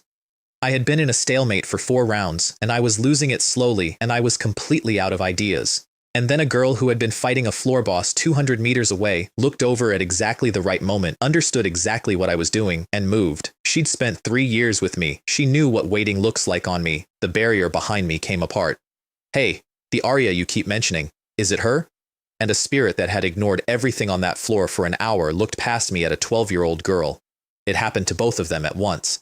Lena heard her own heartbeat. She said it felt like her chest was going to come apart. Something in her blood stood up and answered something in the room, and she had no idea what it was or why, and the thing across from her started screaming with joy. Arya! Arya! I wanted to see you so much. I've finally seen you. And she stopped casting and put out both arms, because after however many centuries, she wanted a hug. That was the opening. The white blade went into her chest to the hilt. I said, don't get close to our princess. Lena, don't give her a chance to answer. And a 12-year-old girl who had been told not to use magic for the last hour and had obeyed for the last hour because the entire reason I'd forbidden it was that the thing hunting her hunts wind, pulled it all at once. Wind, awaken, sweep across, roar. 3 stages, back to back, no gap. She came down with a storm compressed onto a short sword and hit a spirit in the body with everything she had. I caught her out of the air on the way down and ran. Seraphina, it isn't over. Get your people out. We're breaking through the blockade now. Behind us, through the settling dust, something stood back up. Because that thing's durability is not a number that exists on the same page as ours. It had taken 1 full power strike from each of us, and it was getting up. Arya. Arya. And what it saw was several hundred backs going into a tunnel and 1 man standing in the mouth of it. That won't kill something like you, I said. If I want to actually threaten your life, it has to be 1 strike with everything in it, which is the thing I had been waiting for all day. No crowd behind me to protect. No barrier to hold, no magic barrage incoming because she was still getting her feet under her. One clean exchange once, in my favor. Stand right there and let me cut you. Incomplete. Ultimate. Quick draw flash. I do not have that technique finished. The wind-up is far too long, and I don't have the style itself all the way down yet. What came out of the sheath was a beam of sword light the width of the tunnel mouth. The ceiling came down on top of it. I did not stay to find out whether she was dead. I went into the tunnel and ran, and whatever was left of her was on the other side of a collapsed floor and would be until the labyrinth repaired itself. The break upward was the worst part. I'd spent everything on the spirit. Lena was unconscious in my arms from mental exhaustion, which meant that for the entire climb, the two most effective fighters present were a man running on nothing and a girl who wasn't awake. Seraphina's household held the line. They were the only intact fighting unit left. We got out. Roughly half the adventurers who went down there did not. That is the number. That is what that day cost. With me there, with the trap sprung early, with a floor boss neutralized and a spirit buried. I have thought about the version where I wasn't there. I don't recommend it. Here is what my household was doing while that happened. Arion put her staff through a table. Are you serious, Liam? I'm not joking. I don't intend to send reinforcements into the labyrinth. I intend to use this once-in-a-generation opportunity to remove the evils from this city entirely. She was almost shouting, which I have heard her do maybe twice. Don't let worry and anger take your judgment, he said. You understand this already. Even if I sent people this second, it would take a first-tier adventurer a day to reach them. A day. Whatever is happening down there will be over. Since reinforcement is a wasted effort, we shouldn't waste combat power on it. Relief operations have already begun from the 18th floor. Only those people can arrive in time. And she knew all of it. She'd known it before he finished the first sentence. But Lena and Qianlong are still inside. So while I was underground, the captain of the strongest household in that city took every fighter he had and hit every single evil stronghold on the surface simultaneously. It worked. It was the most successful operation of the entire Dark Age. If a handful of their intelligence people hadn't slipped the net, that would have been the end of the organization on the spot. It also produced, in the eyes of the public, a man who abandoned his own children in a hole to seize an advantage. He let that stand too. Because in the eyes of ordinary residents, it read as a commander who sacrificed his own people to protect them, and that reputation is worth more to a household than the truth. I slept for 3 days when I got back. Not exhaustion. Collapse. I'd carried a girl up out of the lower floors with nothing left, refused to stop in Riviera because a town full of desperate people is not somewhere you fall unconscious with an unconscious child, and pushed straight through to the surface. Then I handed her to Arion and went to my room and stopped existing for 72 hours. I woke up to the vice captain sitting next to the bed. You've been unconscious for 3 days. 3 days? Ah, right. We're back. Is that what you call it? She had a staff in her hand and visibly considered it. When Liam came looking for you and found you lying there without moving, he thought you'd dropped dead. Then she put the staff down because I'd just woken up, and I watched her decide not to hit me and be irritated about deciding it. The debrief happened in the captain's room, which by then had quietly replaced the meeting room for anything that mattered. I told them everything, including the 4 elements. Freya went very still. Lena Tan, are you certain that thing was a spirit? Yes, when we met, my blood resonated. Freya, I said, spirits are divided by type, aren't they? They are. Wind spirits raise storms. Earth spirits refine gems. Modern ones each do a thing. The ones that caused miracles in the legends are ancient great spirits. You don't see those anymore. Then that thing used fire, ice, lightning, and light on me inside of 10 minutes, and I have no reason to believe those are all of them. There was a pause, and then a goddess stood up out of a chair in a hurry, which is not a thing they do. No. I have to go see Kronos. That old man knows something. And she left for the guild headquarters at speed, and the room got about 30% lighter, which is what happens when a god leaves. Then Liam looked at me and smiled, and everything got much worse. You know, we're completely useless with Lena's problems, and they resolve the moment you wake up. Arion's tried everything for 3 days and hasn't got her back to normal. Behind me, a 12-year-old was doing an extremely poor job of hiding behind a person she is nearly as tall as. I pulled her out by the shoulders. Go on, you had something to say to Arion. She walked over, extremely reluctantly. I'm sorry, I made everyone worry. And Arion let go of about 3 days of held breath and put her arms around her. And then the child, who I had spent the previous hour talking to in the corridor, delivered the payload. Qianlong says you hid in your room and cried because I was ignoring you. I don't want to see Arion cry. I won't ignore you again. The captain laughed out loud, that the quartermaster turned around to hide his face and failed, and that the strongest mage in that city picked her staff back up. Arion, listen, that was a metaphor. I was making a comparison. I didn't say you actually. Then let me make a comparison. There is now a crater in the floor of that room. Afterward, on my way out, Liam called me back. He was sitting behind his desk, and he asked me the question he had clearly been carrying for 4 days.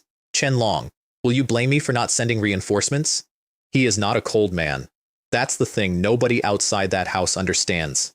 He is a man carrying an entire people's future on his back who has decided that the job comes first every single time. And the cost of that decision is that he has to ask. Are you asking me to comfort you, Captain? I turned around at the door.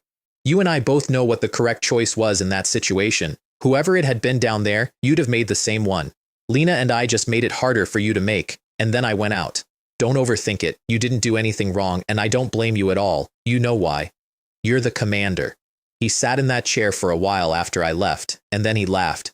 You're right, I am the commander. Well, we've learned a lesson from the young people. The wolf came back to the city about a week later and started drinking in public and insulting everybody in the room. I heard him from outside the bar. Ha, hilarious. A nobody stays a nobody. What, not convinced? You small fry can't even put up a fight. I went in with my entire household behind me, which is not how you normally meet a friend for a drink, and there is a reason for that, and the reason came out on the walk over. The Veda household had left the city. Their god had gone to Freya personally before he went. I have a ferocious wolf under my command. Perhaps I and my household are about to kill him. Freya, can you take him for me? Those were the words. That's why the goddess and the entire command staff were standing behind me in a doorway. Inside there were overturned tables everywhere and a werewolf in a corner going through the room in alphabetical order. The owner was behind the bar polishing a glass with the expression of a man who has decided this is now weather. He saw me come in, stopped polishing, pointed at the corner, and gave me a look that said, "He's yours."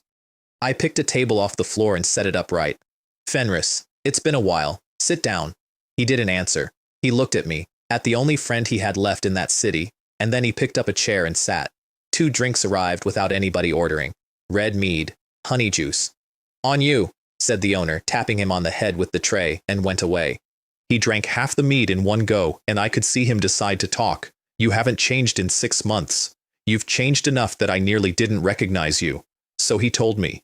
He was born in the north, on the plains, the son of a chieftain in a tribe of werewolves who lived by hunting, and on one night, under a gold moon, a thing came down out of the northern valley where the dragons are, and killed every single one of them. His parents were strong. It didn't matter. His sister was small. It didn't matter. The girl he'd grown up next to didn't matter either. He was left alive, and he was left with a scar down one side of his face, and that scar was a gift from something so far above him that it had not bothered to finish. So he came to that city, joined a household, and started sharpening himself, and when the scar had healed, he went to a tattooist and had it turned into a lightning bolt, so that every single day, in every mirror, he would see the shape of his own weakness. He'd been gone 6 months because he'd gone home, and he'd finished it. Whatever came out of that valley is a step under his feet now. He cut the past off, took his revenge, and came back to a city where the future was waiting, and walked into his own house. And what was inside was his household weeping, his god apologizing to him, and his vice captain, who was also the woman he loved, with both arms and both legs broken. They'd been on the 27th floor, all of them, not one missing, and every single one of them came back alive. Which is when I understood what he'd been thanking me for at the start of the conversation, sideways, through gritted teeth. Because after that day, every member of that household except the captain who hadn't been in the city gave up, filed the paperwork, returned the blessing. There's a whole process for it. You can step down to being a porter, or you can go back to being a person, or you can seal the rune and walk out of the city entirely, and thousands do. They had stood in front of a floor boss and an endless army with the strength they had, and they had looked at what was coming down the tunnel, and something in them had decided never again. Their god decided he would take them somewhere else and let them live, and he came to Freya first because he knew exactly which one of them would not go. I can't accept it, Fenris said, and I could hear his teeth. I can't accept a god apologizing to me. I can't accept them running. I can't accept her giving up. I hate the weak. I hate weak women more. He was, at that moment, the most unpleasant person in that city, and I understood every word of it, and I also understood that he was wrong, not about them, about himself, because he had already been defeated once by the strong, and he had gotten back up and hunted it down, and what had actually put him on the floor this time was the weak, his own people, choosing to stop, and he did not have a technique for that. Come join us, I said. He laughed at me. I'll admit you're strong. Is everyone in your household as strong as you? How many useless pieces of trash are in there who can't do a thing without somebody standing in front of them? I know I can't beat you. I've known for 2 years. The gap's gotten so big I can't even see the edges of it. But how many like you are there? And then he stood up and answered his own question by attacking the 4 people drinking at the next table over, because he'd assumed they were rank-and-file members I'd brought along. He'd heard of them. He'd never met them and had never bothered to look, because he'd spent every hour of his life either training or grieving. He came off the mark like a silver bolt at a speed genuinely above his tier into the biggest one. Braun put down his drink and swatted him across the room with one hand. "You've ruined a good drink. Quiet down, kid." He got up. He came again. He got put down again. He got up. He came again. A dwarf who has been fighting since before that boy's parents met stood in one spot holding a cup and dismantled him repeatedly without moving his feet, and every time the last of the arrogance came off him and got left on the floor. And then, when he could not stand up, he stood up. Everyone at that table stopped finding it funny at exactly the same moment. I know what he was thinking, because he told me years later. He was thinking, there really is one, somebody genuinely, absurdly strong. Not one, not two, a whole table of them, right in front of me, and they will never mistake strength for weakness the way I just did. And if it's these people, then maybe. He joined the next day. Liam put him under Oscar. Now, Oscar is a young man who joined around the time Lena and I made second tier. He has no special talent. His numbers are average. He is timid, indecisive, and apologizes for things that are not his fault. He is also the person Liam has been quietly grooming as his own successor for years. The stated reason for the assignment was to help a new member integrate. The real mechanism was much simpler than that. Fenris alienated the entire household inside of a fortnight because he cannot help himself. Nobody would talk to him except me, the captain, and the commanders. And Oscar, who is frightened of nearly everything, kept talking to him. Because he'd been told to, and because it did not occur to him to stop, and the household watched that for 2 weeks and arrived, one at a time, at the following thought: hold on, even Oscar can talk to that werewolf? If cowardly Oscar can do it, there's no reason I can't. Can Oscar really talk to him? Then he can't be that unapproachable. That's it. That's the whole thing. A man with no talent at all fixed a problem 4 first-tier adventurers couldn't touch by being the least intimidating person in the building. And Fenris, who cannot stand the weak and cannot tolerate people who give up, never once felt any dislike for him. Liam saw all of that coming from the moment he made the assignment. I checked. Then Ottar reached 7th tier and the whole city stopped. Understand the scale. Liam, Arian, and Braun had just taken 6th. That is the top of the world. Above them there was nobody, anywhere, and had been nobody for a generation. The vice captain of the other household went to 7, an entire rank above the 3 strongest people in the city. The guild published the fact and then published nothing else. No method, no feat, nothing. Which everybody read as a cover-up, and which was, in fact, an act of mercy, because if you tell an entire city of ambitious young people how it was done, 100 of them will try it. And I told them how, because I remembered. A solo expedition, alone, on his own, no party, no support, down to the 49th floor. To get there, he passed 3 floor bosses, not avoided, passed. Then he reached 49, which is where the strongest confirmed floor boss in the labyrinth lives, including in the age of Zeus and Hera. And he engaged it and came out of that intact. Our household's last full expedition reached 51 and took half a month with 30 people and a supply train. He did it alone. No sleep, no water, no resupply, continuous high-intensity combat. Then he walked back up from 49 to the surface. The room was silent for a while. As expected, Liam said eventually, having genuinely thought about it. It's impossible no matter how I look at it. Set everything else aside. Half a month of continuous combat with no rest is insurmountable. There's no method to recover stamina. Willpower is irrelevant. The body fails before the mind does. Braun. You're the most durable of us. Can't be done. I'm a dwarf, and I have more endurance than either of you, and I still can't fight for half a month without sleeping. Even that violent woman couldn't. Which left one explanation, and Liam found it. A skill. Something racial. Something that restores physical strength. And once he'd said it out loud, all 3 of them went quiet again, because it meant the method could not be copied. Not by them. Not by anyone. Freya was leaning on the windowsill with a glass of wine and had not said a word for 10 minutes, and this is where she earned her salary. The road past first tier is different for everyone. If all the children down here were the same, we gods wouldn't have bothered coming down. Since when has anyone in my household had to walk somebody else's road? She said it in the laziest voice she owns, and it went straight through the middle of the problem, and Liam shook his head and laughed at himself and started giving orders again. There was a household in that city that ran a potion shop. Small operation, good reputation. Their god is one of the genuinely kind ones, which in that city is a structural weakness. One of their members was on the 27th floor that day. She survived. She came out carried, and everyone who saw her assumed she was already gone, and the only reason she wasn't is that her own household makes the best medicine in the district, and she was carrying enough of it to keep a body running while it was being eaten. She lost her right arm. She was an archer. There is exactly one household in that city that can attach a prosthetic indistinguishable from a real limb, and they are not a charity, and they saw a rival on his knees and quoted him a number several times what the work is worth. He paid it. Of course he paid it. His household went bankrupt. His members watched a god take on a debt that could not be serviced, and one by one left until there was one person remaining, and she was the one he'd bought the arm for. I found the new shop after a couple of days of asking around. It was a quarter the size of the old one, and it wasn't open, and when he let me in there wasn't tea, because there wasn't tea. The girl was sitting up in a chair, wrapped in bandages, because her savior had come to visit, and she was not going to receive him lying down. I offered to mediate. I know the god who gouged him. He isn't evil. He's petty, and he wanted a rival to bow. And if somebody stood between them, the debt would come down enormously. I got refused, loudly and with feeling, because the god in that room would rather go under than concede. And then, as I was standing up to leave, the girl put her head down on the table and said the thing he had spent the entire conversation trying to prevent her from saying. I'm sorry. Please don't be angry at him. He refused you because of me. You are the one who pulled me out of that labyrinth. You gave me a second life. But I can't make myself face a monster. I can't be an adventurer anymore. I was saved by you and I lost my courage, and I have no face left to accept your help twice. I sat back down, and I understood, about 4 seconds too late, why he'd been trying to keep me out of that room. Because that girl was being held together by gratitude, guilt, terror, and despair in roughly equal amounts, and every one of them was pulling in a different direction, and a second act of charity from the specific man who had already saved her once would not have been a kindness. It would have been the last straw.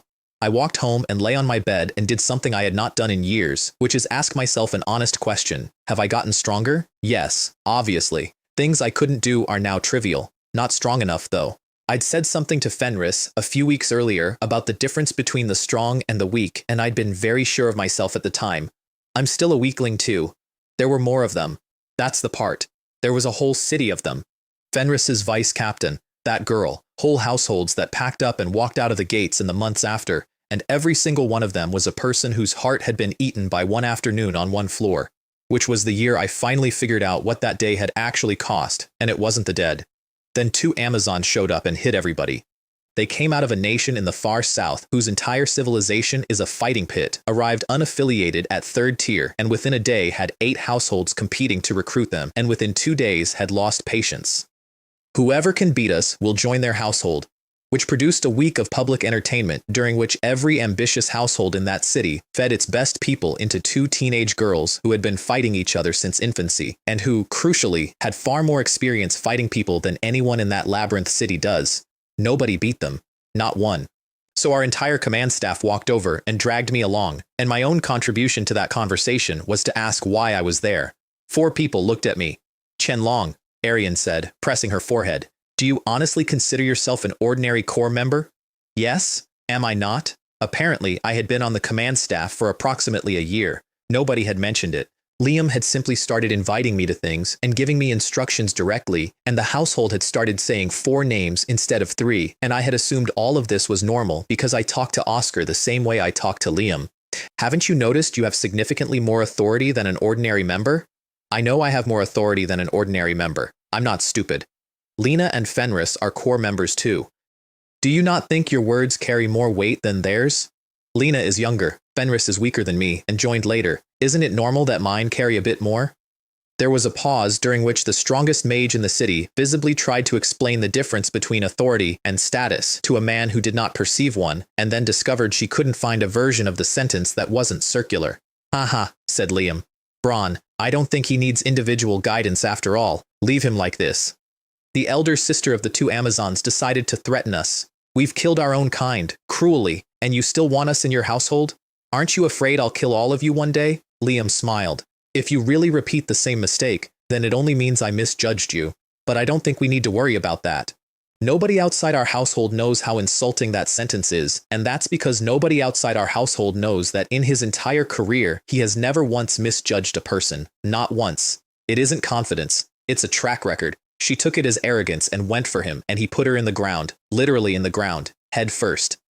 I took the younger one, and what happened next does not reflect well on me. I had gone in curious, a nation that trains people to fight people, in a city where nobody does. I wanted to see the technique. There wasn't any. There was strength, speed, aggression, and a very great deal of experience, and underneath all of it, nothing. No principle, no inherited idea, just handling. And I got disappointed, and I was still holding disappointment when I hit her, and then I looked down and realized I had planted a teenage girl in the floor of a public square up to the shoulders.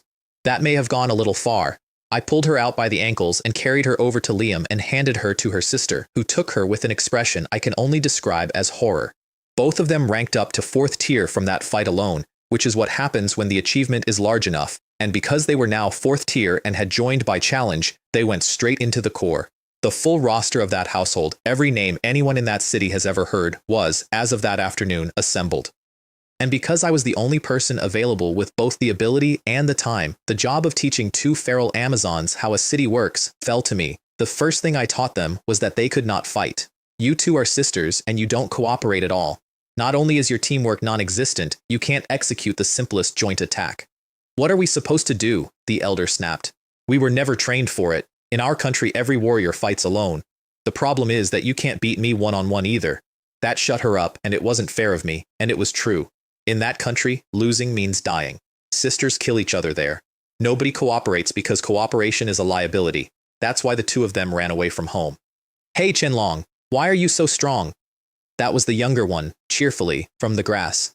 You use a sword. Everyone calls you swordmaster. So why is your unarmed work also ridiculous? Because I'd beaten both of them without drawing, using their strength, their speed, and their own national style of striking, which I had watched for 2 days. Did your instructors ever tell you what the core of your technique is? 2 blank faces.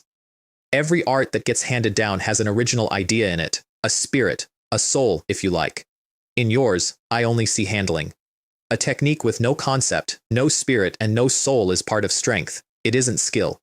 Strength and skill support each other, and they are not the same thing. What you're doing and what I'm doing are not the same activity. The elder frowned for a long time.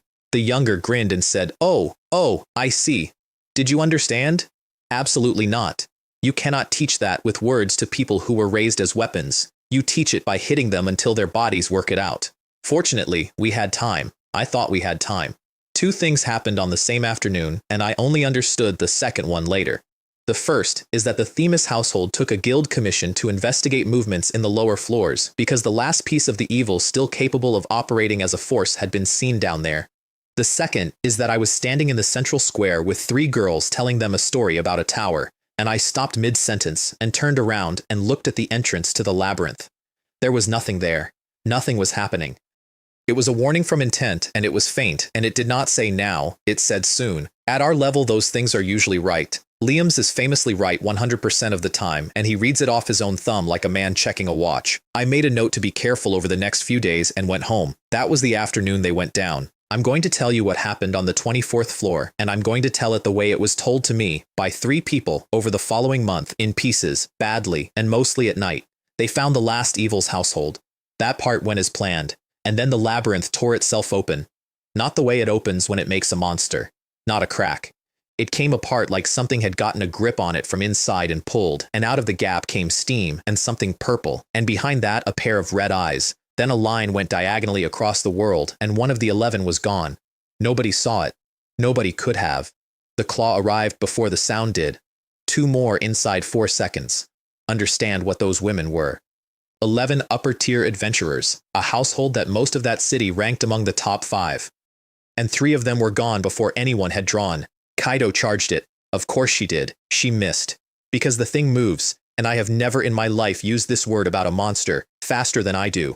Twisting joints, breaking the floor to launch, changing direction in the air, at a size that says none of that should be possible. Then it hit her with the tail, and every bone in her body cracked at once, and she went into rubble and stayed there. It came for her on the ground, and the vice captain got between them and paid an arm for it. The 2 mages died to their own magic because the thing has a shell that reflects everything they threw. The Palom lost her eyes to the same reflection. Then it turned around and did exactly the same thing to the evil's household because whatever sent it up there had not sent it to take sides. The state of the 4 survivors.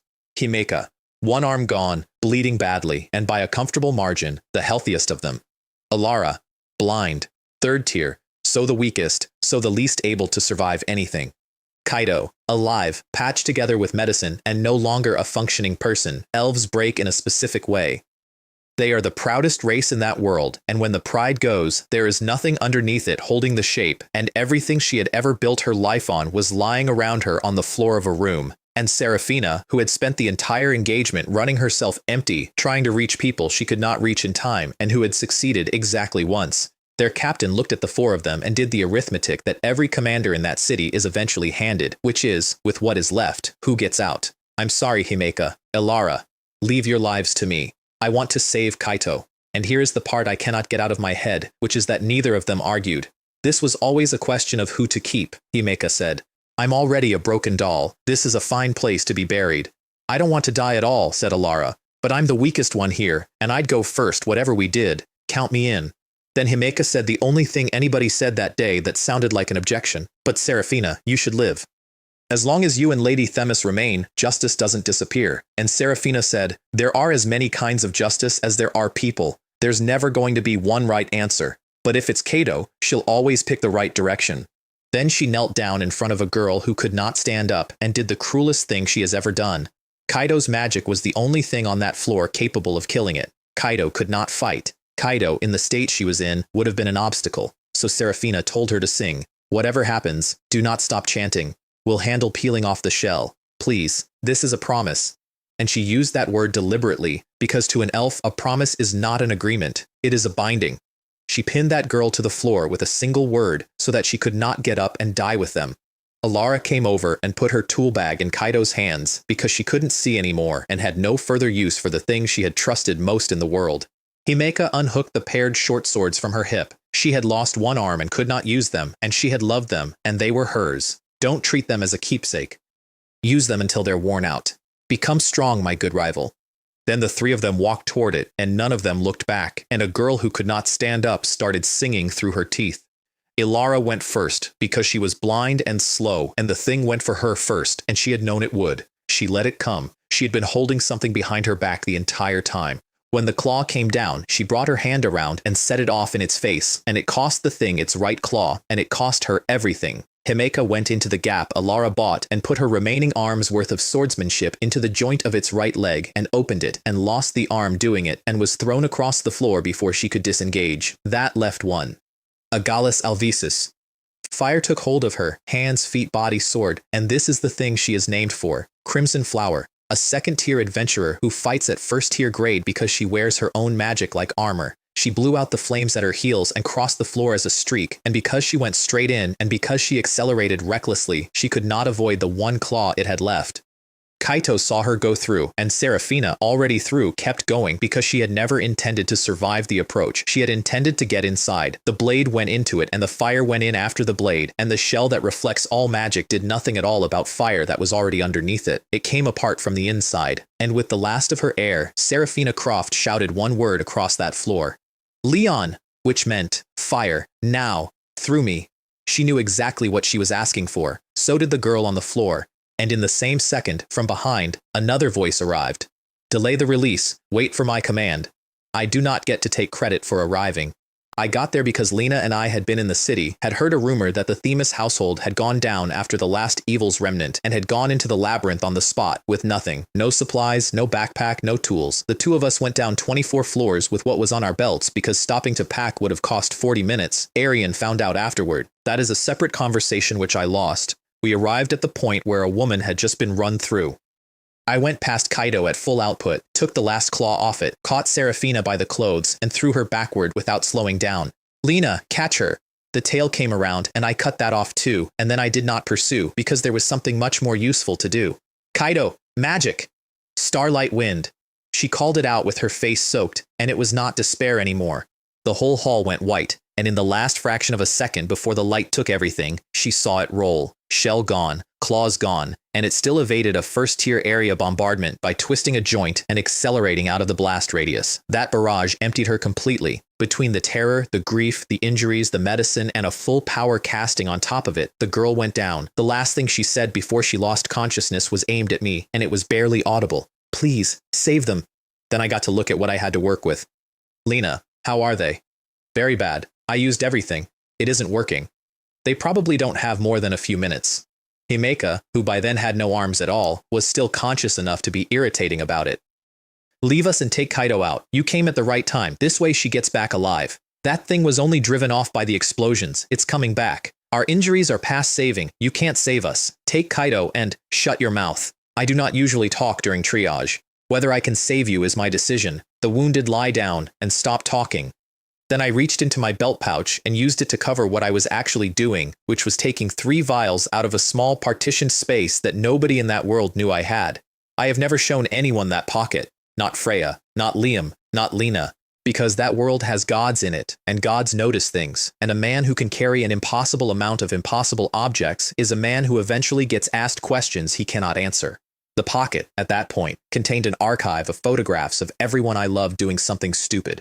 It also contained medicine from an organization that files entire universes and which is to the best potion in that city, roughly what that city's best potion is to a glass of water. Lena, healing's yours. 1 bottle each, then stay alert. And I went to find the thing that had done this. It had eaten in the meantime. That's its other function. It kills, and then it consumes what it kills, and the mass goes into repairing whatever damage it took. It ate the household that had come down there to do murder, and by the time I reached it, the arm was back, the leg was back, the shell was back, and it was whole. Seraphina, propped against rubble, watched that happen and stopped breathing for a second. Then it came at me. Same diagonal, same invisible speed, same one-strike kill, and I cut through the claw on the way in and made it bleed. It withdrew immediately, which told me it was intelligent, and the wound sealed while it was still moving, and it stood off at range and stared at me, visibly confused about why the food was fighting back. I looked around at the floor, at what was on it. Ah, I see. A large monster with that kind of mobility. No wonder they were wiped out here. Because I know exactly what that fighting style does to people. It's mine. Movement too fast to track, attacks that arrive before you've registered the approach, a weapon there's no answer to. I have spent 9 years building a person who does that, and I had just walked into a room and found something that does it better, which was the first time in years I was looking forward to anything interesting. In short, let's try cutting it first. The next 30 seconds are the closest thing I have to a highlight reel, and I'm going to give them to you straight because they are the only good thing that happened on that floor. Star flash. Behind it. It turned and dodged. Tail came down. I took the tail on the scabbard and gave half a step with it instead of against it, because I am not going to win a contest of mass with something that size. Then the white sword came out of that scabbard at the end of the give. Amakakeru Ryu, no Hirameki. There was no diagonal. There was no visible line at all. The wound simply existed. That kills a person. It does not kill a monster. And after 9 years down there, I know it doesn't. So while it was still deciding what had happened to its own body, there was a small click behind it, because I was already there. 9 wounds, simultaneously, on a thing that heals. It started closing them, and I stopped letting it. Autumn rain. 8th attacking form, 2nd variation. There is no explosion in it and no roar. Sword energy comes off the body in a flood, and everything in front of it is simply cut, continuously, like a wind that has decided to be a blade. Behind me, 3 broken women and a 12-year-old watched that happen, and none of them said anything for a while. Chen Long, Seraphina said eventually to Lena in a small voice. Is he actually that strong? And Lena, who had fought beside me every day for 3 years, said, I don't know either. When the flood stopped, there was a clear space where terrain used to be, and a monster running away. It ran. I want that in the record. The thing that had gone through the Themis household in under a minute took one honest look at the exchange rate and left. To be fair to it, it was probably 6th tier, and it had 2 ranks on me, and if its style had been anything else, I would have been in serious trouble. But it moves like me, and my footwork is better, and its one-strike claws do not get through this sword, and its perfect anti-magic shell is completely irrelevant to a man with no magic. I don't intend to let you leave, though. The technique I used has no finished form. I have never gotten the wind-up down, and I do not have the style all the way to the bottom. But there was a lot of starlight available, and nothing left to protect, and a great deal of reason. If I couldn't save them, I should at least take something for it. The light gathered up around me into the shape of a dragon, and then the sheath let it go. I don't know if it died. I know what the floor looked like afterward. The medicine held. I spent the next 4 days on the 18th floor doing field triage, which is the least heroic and most important thing I have ever done. Himeka could not be given anything for pain, because pain of that grade breaks any illusion I can build, so after 2 failed attempts, I stopped trying to be clever and put her to sleep with the sect arts instead and let unconsciousness do the work. Kaido woke up on the 2nd day, and I fed her rice porridge with a spoon, and she was so far under that she opened her mouth for it automatically for about a minute before she surfaced. Then she surfaced. Seraphina. Where is Seraphina? How are Seraphina and the others? She already knew. She had watched all three of them go down. She was asking me, because asking is the last thing you have. Serafina, Himeka, and Ilara are all alive. Eh? They're in another tent. They're badly hurt. They aren't dying. Eh? And then a girl who had held herself together through the worst afternoon of her life came apart on my shirt for about 20 minutes. Her healing magic did the rest. She burned herself out, casting it repeatedly on all three of them, and I let her, because at that moment there was nothing on that floor more valuable than what was coming out of her hands, and her exhaustion was survivable and their injuries were not. Then there was Serafina, and Serafina was the reason we were still on the 18th floor at all. Because of the three of them, she was the one who might not make it to the surface. You couldn't tell by looking. Himeka had no arms, and Ilara had no eyes, and Serafina was, superficially, intact. Then you take the coat off. Something had gone through her, front to back, and taken pieces of her out with it. Not muscle. Organs. The kind of damage that does not heal, that leaves a body permanently unable to process food, or filter blood, or recover, and that she was only surviving at all because a foreign organization's medicine was doing several of those jobs for her by hand. She talked the entire time I worked, in a bright voice. Say, Himeka listens to you now, doesn't she? First Kaido, now Himeka. You've taken half my remaining household. That's going to make rebuilding difficult. Am I next? Don't bother. I figured you out. I still have to revive the Themis household, so don't even dray. Serafina. To be honest, I admire you. I admire that you haven't dropped it, even now. And I know you're doing it to hold yourself together. Self-hypnosis. Say it enough, and it becomes a plan. And I believe you. I believe that the moment you're on the surface, you'll start. I put the last of the medicine into a wound that should have killed her 4 times, so I'm going to say the thing I don't want to say, because I didn't drag you out of there to watch you walk into a wall. Serafina, the Themis household no longer exists. She stopped talking.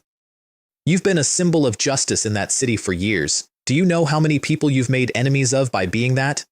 You go up those stairs looking like this, and here's what's waiting. Ordinary residents will pity you, people you've helped will be sorry, and everyone else, every interest group in that city, will laugh. 80% of adventurers will stand and watch, and some of them will help push. Merchants you've crossed will refuse to trade with you openly because there's no longer a cost. Adventurers you've reprimanded will retaliate because there's no longer a cost. Your word stops carrying weight. Your rules stop being rules. And if you recruit new people, with what are you going to protect them? She had gone very quiet, and I made myself finish it. They will degrade you and step on your dignity and keep doing it until you're gone. That's the road. I acknowledge your ability. You built a top-tier household out of 11 people, which nobody in that city has ever done, and your talent is not smaller than Liam's, but you don't have that ability at the moment. And the version of you that goes up there now will be starting from far below 0. Unless you lean on me, or Freya, or the police household, and we would, neither we nor they would stand by. And then the thing that comes back won't be the Themis household, it'll be a subsidiary. She started crying, which she had not done for any of the rest of it. It's so hard, she said. It's so hard. Are you telling me to give up? How am I supposed to abandon her banner? How am I supposed to throw away the justice in my own chest? I'm not telling you to give up. I put the empty bottle away. I support rebuilding it, but not now. What you need to be thinking about is not guilt, and it is not a revival plan. It's how to get you, Himeka and Ilara, back to being yourselves. Recover? Look at me. How is any of this going to... I can't fix that here. I'm not going to lie to you about it. What I can do is get the 3 of you out of the city breathing and stop you from spending the next year proving my point for me. That's the whole offer. Take it or don't. Somewhere out past that labyrinth, there is an organization that trades between an unbounded number of worlds, and I have a very strong suspicion that somewhere in its catalog is a body you can buy. I did not say that out loud because I could not deliver it that day, and a promise you can't pay is just a nicer way of lying. She looked at me for a long moment. If that's the case, then I'm doing nothing at all, aren't I? Then at least do this. Stop making the people who care about you afraid. The last thing I did on that floor, I did on the 4th morning, and it took most of the day. Serafina picked the site, a small clearing in the blue forest, off the paths, ringed with thin trees and crystals. We used to joke here that if we ever died, we'd want to be buried here. We all loved this place. Then she looked away. And I don't want Lady Themis to see them like this. So there are 7 graves in a forest under a ceiling made of crystal, marked with wood and stone. I spent 4 hours after that laying traps around them, the kind adventurers use, plus a layer of sect arts on top. Nothing with a mouth or a shovel is ever getting near them. Then Lena carried the blind one on her back, and Kaido supported the other 2, and I walked ahead of all of them with the sword out, and we went up. We came out of the tunnel into the central square and the city had its answer within about 4 seconds. Hey, look. That's the Themis household? You're joking. That's a catastrophic loss. A catastrophic loss? Them? Really? Heh, this is going to be good. I had told Serafina exactly this while she was lying in a tent unable to sit up, and she'd heard it, and hearing it and standing in it are not the same experience. I got them to the healer's household, handed off, told Lena to stay with them, and went to find a goddess. She opened the door before I finished knocking. Chen Long, how are Serafina and the others? Did they come back with you? She looked past me at an empty street. Serafina, Himeka, and Alara are seriously injured. They're in treatment. Kaido is with them. Relief. And then the second half of the sentence arrived, and she asked the question anyway because gods are not exempt. Is Kaito with them? And the other children? I didn't say anything. Themis is, without qualification, the kindest deity in that city. Everything you would want a god of justice to be is in her, including the part where she does not make a person say it out loud when they can't. She let out a breath that sounded like something breaking a long way off. I see. Then she stepped back from the door. Come in. You have something to discuss with me, and I need the details. I told her everything, and I did not decorate any of it. I did not make the girls braver than they were, and I did not make the monster bigger than it was, because she had decisions to make, and both of those things would have made them worse. When I finished, she stood up and bowed to me, and I have been bowed to by exactly 2 deities in my life, and it is not a comfortable experience either time. What you did cannot be repaid with thanks, and thanks obviously isn't what you came for. You have a request. Say it. I swear on the name of Themis that I will do anything in my power. An oath in a god's name in that world cannot be broken. I found that out afterward. She had just handed a stranger a blank check, and she had done it because she had read him and concluded he would not abuse it, which is a hell of a thing to bet a divinity on. I'd like you to consider leaving the city with them, because I knew exactly what Serafina would do the moment she could walk, and I knew that the version of that woman who tries to rebuild in that city that year does not survive the attempt. There's a rule that a household which leaves may not return. There are ways around it. You haven't been expelled. You can apply for leave. With your reputation and a guarantor, the guild won't obstruct you. And whether that guarantor is us or the police household, neither of us would refuse. She did not argue because she had already worked all of it out and had been sitting alone in an empty house working it out for 4 days. I promise, I'll take Serafina and the others out of Orario for a while. They all ranked up incidentally, all 4 of them. Serafina, Himeka, and Kaido crossed into first tier, and Alara went to 4th, which sounds like good news and functionally meant that they healed faster than they otherwise would have and were still ruined. Serafina, best case, will not put out half of what a first-tier adventurer should. Himeka has no arms. Alara has no eyes, and magic does not regrow eyes. Himeka could have had prosthetics. There is a household in that city that makes them convincing enough that you would not know unless you were told. She refused, and she refused in the most Himeka way available. I'm not shameless enough to spend the entire household's savings on myself. And do you think I can't see it? In our state, how do we settle anywhere outside the city without money? A cripple, a blind girl, and a woman who can't exert herself for long. What's the plan? Do we go and sell ourselves? Or will you take a job and support us, Lady Themis? Serafina would object first, and you know it. Serafina called Kaido in alone the day before they left. They looked at each other for a while, and then both of them spoke at the same time. I want you to stay. I want to stay in Orario. There was a very short moment where the elf thought they'd agreed. No, I don't mean what you mean. Kaido, go and join the Freya household, or the police household. You're not like us. You can still move forward. Joining somewhere else won't slow you down. Are you telling me to betray Lady Themis? I want to stay in this city, and I am not staying to become a traitor. I was going to. You were going to take revenge. Serafina had known before she opened the door. Kaito, are you planning to throw away justice? How could I? I will never abandon the justice in my heart. And Serafina looked at a girl whose eyes had no conviction in them at all, only regret and rage and grief, and did not say anything else because there was nothing left to say that would work. The morning they left, at the gates, with a leave permit signed and the Freya household standing as guarantor and my name on the paperwork, the goddess of justice said one thing to the last child she had in that city. Kaido, throw away justice. Then they went. And about 90 seconds after they were out of sight, Lena took Kaido's hands in both of hers and said, I'll help you get revenge. The elf nearly fell over, because that's the thing about my ward. Nobody had ever agreed with her. Not once.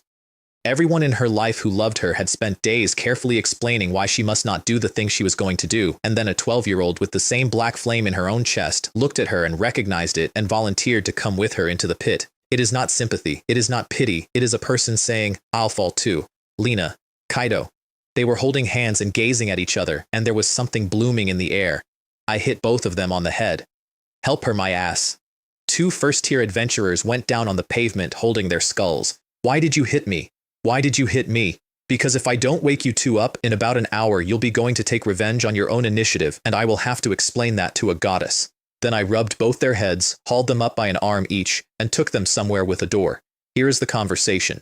It is the most important one in 9 years, and it deserves all of itself. I started with Lena because she was the easy one. I'm not against you helping a friend, that's good. But you have to be able to tell whether what you're doing is actually help. And as a member of the Freya household, everything you say represents the household. Do you think the Freya household is going to help Kaido take revenge? She sat with that. Then I turned to the elf, and I did not tell her no. Not once. Not in the entire conversation. I want that on the record because everyone else in her life had, and none of it had worked. Kaido, how are you going to do it? How? She had no answer because she had not gotten past the verb. If you're taking revenge, you need targets. Who? Valerius, the Rudra household. And the ordinary members? Kill them. The merchants who worked with them? Kill them. The guild staff who fed you the commission that walked you into that room? Kill them. And the ordinary residents who passed them information? Kill them. She heard it that time. She got most of the way to the end of that sentence, and something in her started to object, and she couldn't identify what. Have you considered that some of those people are innocent? That some were used without knowing? That some have no idea what they were part of? She stopped. Kaito, I'm asking you, are you going to throw away justice? It was the 3rd time she'd been asked that in a week. The first was her captain, and she'd answered instantly. The second was her goddess, at a gate, and she'd taken it as a punishment, as her god withdrawing the word from her because she'd fallen, and now she got there on her own. Revenge is not justice, not the version she was planning, not for her. Which meant she finally understood why neither Seraphina nor Themis had supported it, and more to the point, why neither of them had stopped her either. Because if you stop her, she can't beat her enemies, and she can't forgive herself, and there is no third door. She either spends her life being slowly destroyed by a word, or she goes looking for a way out that doesn't involve waking up. That is why the kindest deity in that city stood at a gate and told her own child to throw away justice, not disappointment, not withdrawal. A god of justice betrayed the thing she is, out loud, in public, so that a girl could do evil without it killing her. Kaido worked all of that out standing in front of me and went completely still, because now she couldn't go forward and she couldn't go back. So I smiled at her. Don't overthink it. All you have to do is carry out your revenge. Eh? But weren't you just stopping me? Was I? I don't believe I said anything about stopping you. I've been asking what you plan to do. I've never once said don't. You're struggling because the revenge you're planning can't be called justice. So let's make this revenge part of justice. That's impossible. You said it yourself. There's no way to tell who's actually evil. You don't need to worry about that. There are 2 goddesses in this city who could do it with a glance, and neither of them is available. But I know somebody else who can see into people. You carry out your revenge. I will guarantee that you only ever kill guilty people. Which makes what you're doing not revenge. It makes it punishing evil. And if an innocent person ends up in it, that isn't your fault. That's you having trusted me. You're the victim. I'm the one who deceived you. I put my hand out. Will you believe me? Themis's approach and mine were opposites, and only one of us was going to be right. She trusted Kaido. She believed that once the black flame burned out, that girl would rise out of it and pick justice back up, because that is who she is. She's probably right. But something dropped is dropped, and the scar stays even when you pick it up again. So I didn't ask Kaido to trust herself. I made her trust me instead. I believe you. The person who could see into people worked in a pub. She's a waitress. Silver hair, unremarkable to look at. Absolutely unremarkable, and she reads hearts. I went to Korra first, before I said a single word to the girl, and Korra crushed a cup in her hand. Brat, do you know what you're asking? I did. That's exactly why I came to her instead of asking the girl directly, because that pub's owner used to be the captain of a very specific household, and that waitress still belongs to a very specific goddess, and borrowing that ability is not a favor a friend can grant. You'd bypass the girl's own wishes and come to me first? Are you that confident she'll help you? If you're just being conceited, my opinion of you drops. Here's what I was betting on, and it was a bet.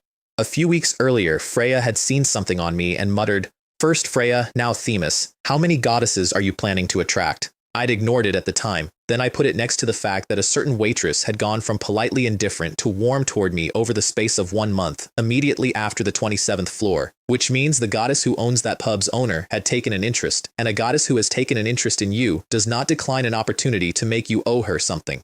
I don't think she'll refuse. Cora was quiet for a while because she knew perfectly well what her god had been doing. I'll think about it. Come back after closing. Which meant yes, and meant she needed the evening to send a message upstairs. The revenge took days. People first, then buildings, then strongholds. And the girl who did it was not the girl who had bowed silently to me in a street 2 years earlier. Ambushes, traps, threats, lies.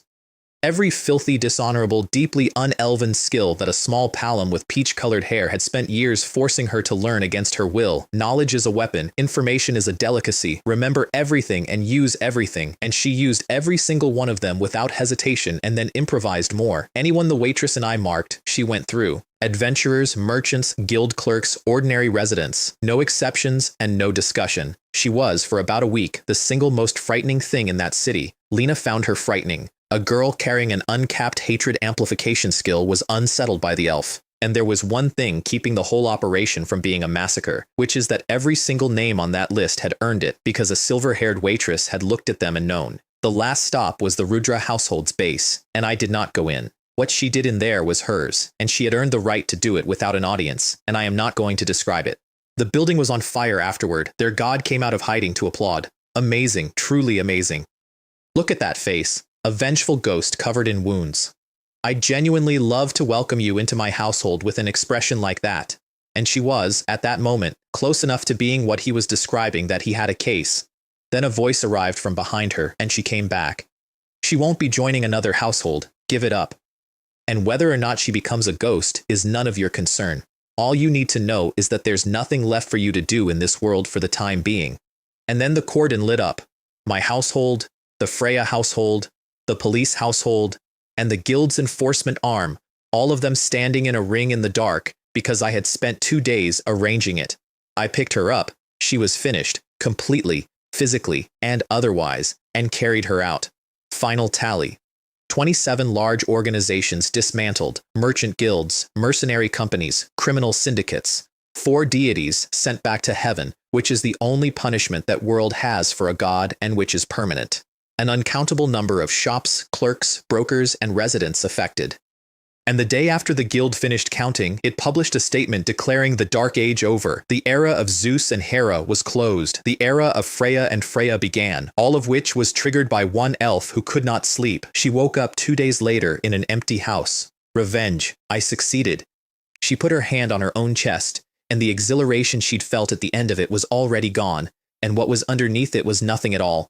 Which is why I got her a job. That was deliberate. It was the correct treatment. It was also the funniest month of my life. Cora hired her. The city's assassins and bounty hunters were, at that point, being offered 80 million for her head. So the silver-haired waitress dyed the elf's hair light green and put her in the pub's uniform. It worked, because she'd always worn a cloak and a mask in the field. Almost nobody alive had seen her face. The Gale, terror of that city's criminal class, in an apron and a hair ornament. She looked in the mirror and physically aged. If Seraphina saw this, she would laugh at me, especially Himeka. I would never be able to look at her again. Lady Themis would be hiding around a corner laughing without stopping. Then she tried to argue her way out of it and discovered that Cora Stone does not lose arguments, and that the silver-haired girl will absolutely fake tears at you. Her performance on the job was historic. Task 1. Peeling vegetables. A colleague reached over to correct her grip on the knife, made physical contact with an elf, and was launched into the vegetable pile. Task 2. Shopping.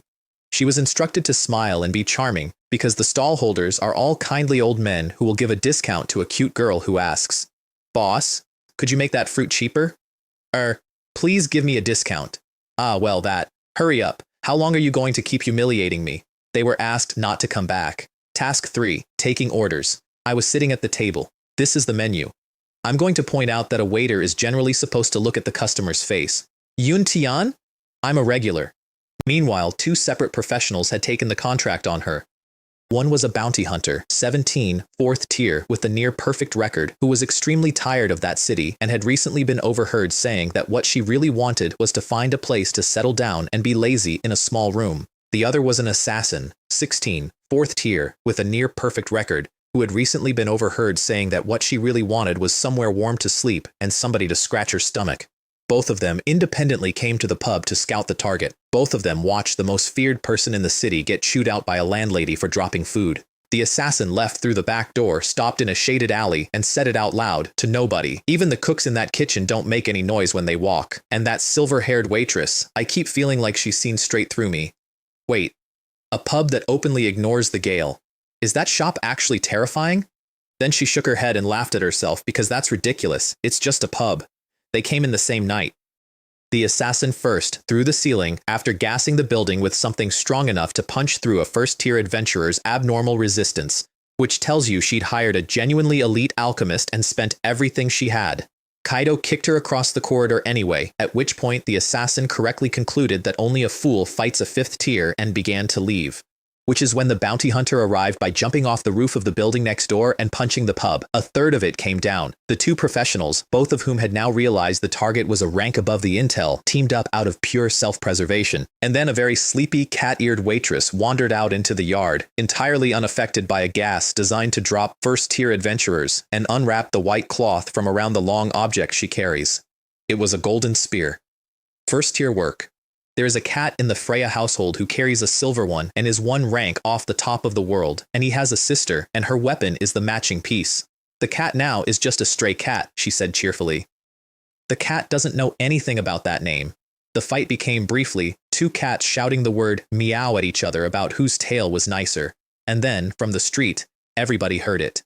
Thump, thump, thump. 2 of the 4 girls in that yard went white before the door opened. Cora Stone looked at a third of her pub lying in the yard. Tell me, whose shop is this? And the silver-haired girl chose that exact moment to run out from the side entrance shouting, Mama, all your aged fruit wine is gone. And then stopped, assessed the situation, said, Ah ha ha, perhaps I shouldn't have said that, and retreated backwards. There is now a crater in that yard, and a cat-shaped hole in the bottom of it. The 3 of them worked out who they were standing in front of at about the same moment, and said the name in 3 different voices, all of them shaking. Meanwhile, 2 streets away, the merchants who had paid for the contract were withdrawing at speed, congratulating each other on having gotten 2 dangerous freelancers killed for free, and discussing how to silence the elf before she could produce the evidence linking their company to the evils. Sorry, you don't get that chance. I had been waiting outside that pub for 3 nights. It did not take long. Don't worry, I told the last of them. The household backing you will be joining you shortly. Then time started moving again, and it moved fast. 5 years, in about a paragraph, because that is genuinely what it felt like. The city rebuilt. The girl who idolizes Arian joined us, an elf with orange hair, 3rd tier, and terrified of everything, whose magic already hits at 5th tier grade because there is something genuinely wrong with her in the best possible way. Lena, Fenris, and both Amazons all crossed into 1st tier. Kaido kept working at the pub and got frighteningly good at it, which I did not see coming, and I did not rank up, not once, in 5 years, which caused a problem, and that problem is the setup for the last thing that happened. I could have ranked up any time. I'd finished maxing every value at 999 inside 2.5 years. After that, I spent a full year at that wall, doing nothing but hitting it. Then one evening, the parchment printed a number above the ceiling of that world for the 2nd time in my life. I have spent the 2.5 years since growing on the far side of a rule. The household knew, Freya knew, Liam, Arian, and Braun knew. Nobody else in that city knew, and Freya had forbidden telling anyone, and the effect on the outside was that the swordmaster of the Freya household had been stuck at 5th tier for 5 years. People noticed that. And when people notice, my own household starts hearing it, and once they've heard it enough, some of them start wondering. Even Lena was wavering, and she had watched me fight for 9 years. I told them. They took it as reassurance, which brings me to the last expedition, 59th floor, camp on 50, and a commission along the way from the healer's household collects spring water from a specific fountain on 51. 2 teams, Liam, Braun, Fenris, and Oscar in one. Me, Lena, the 2 Amazons, and the orange-haired elf in the other, because Arian wanted her successor to get experience, and I saw no reason to refuse. The first thing wrong was that there were almost no monsters. At that depth, the interval between fights is measured in minutes. We walked most of a floor. Slow down. Something's off. The second thing wrong was at the fountain. The strong dragon that guards it, a rare species, 6th tier potential, arguably the single most dangerous thing on that floor if you don't count the bosses, was a pile of ash. Killed before we got there, and lying in the ash, untouched, Was a drop item worth more money than most households see in a decade. Whatever killed it hadn't taken the loot.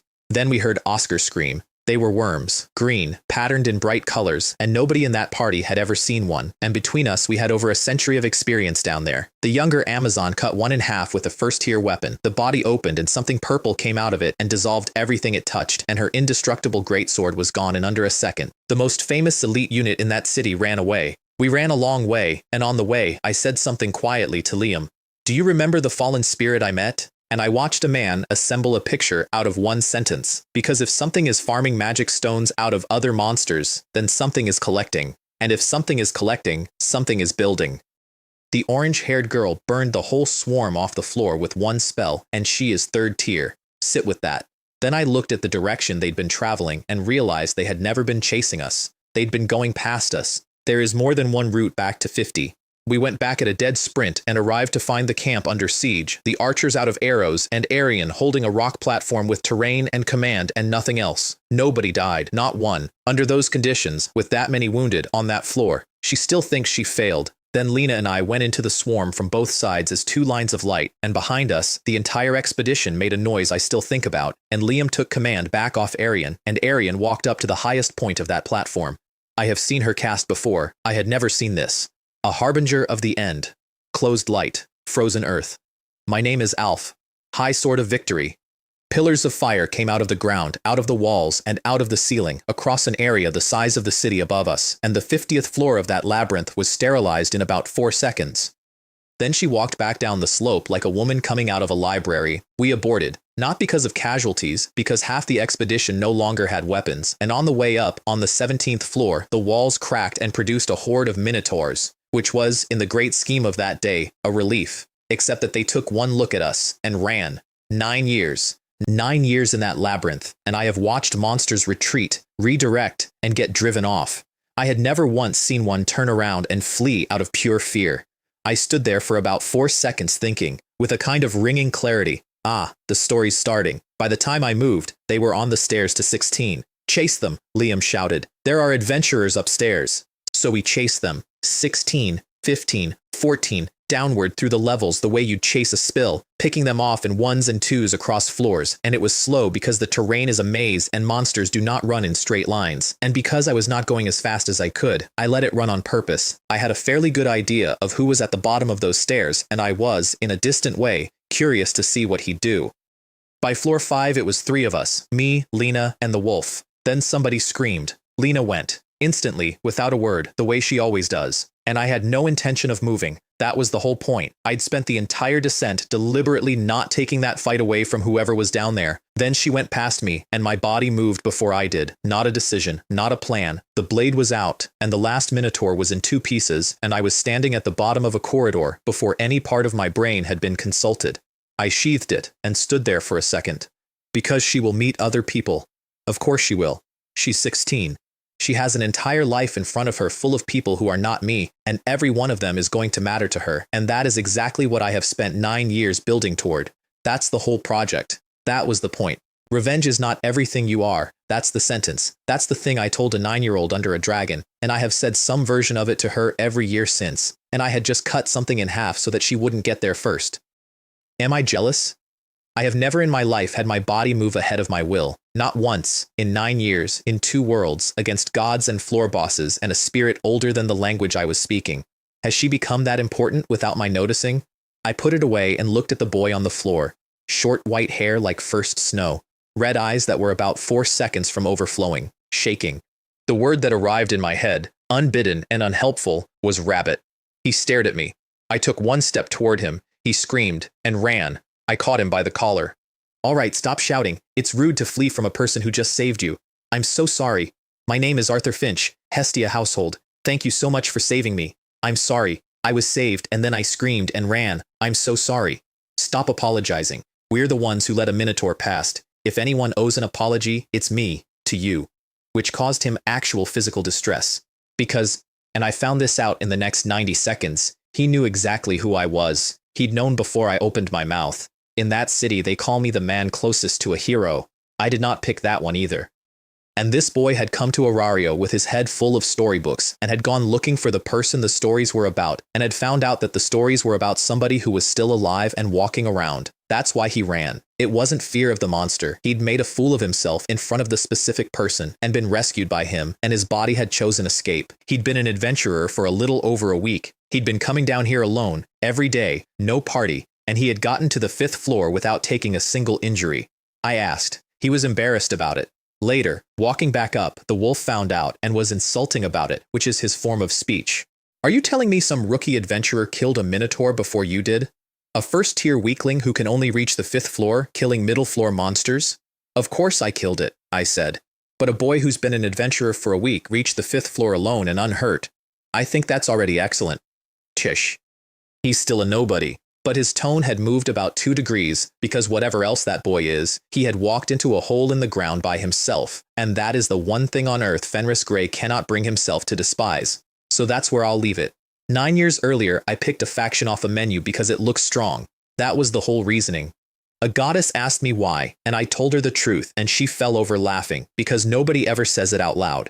And on the day I'm telling you about, the era those people had been trapped in was over, and the guild had said so in writing, and the household I joined for no better reason than that was standing at the top of a city that was finally, slowly, getting better. I did not do that alone. Half of it was a captain who abandoned 2 of his own people in a hole because it was correct. A third of it was one elf who could not sleep, but the record says my name is on it. And standing at the bottom of a stairwell with a white-haired boy apologizing to me for the 9th time, I was not thinking about any of that. I was thinking that a 16-year-old girl had run past me toward a stranger who needed saving, and that something in me had refused to allow it, and had done something about it before asking permission. 9 years teaching a girl that revenge is not everything she is, and I've just found out I can't stand the idea of her being needed by anybody else. That one's mine. Nobody put it there. No god, no skill, no seed in my soul, and I have absolutely no technique for it.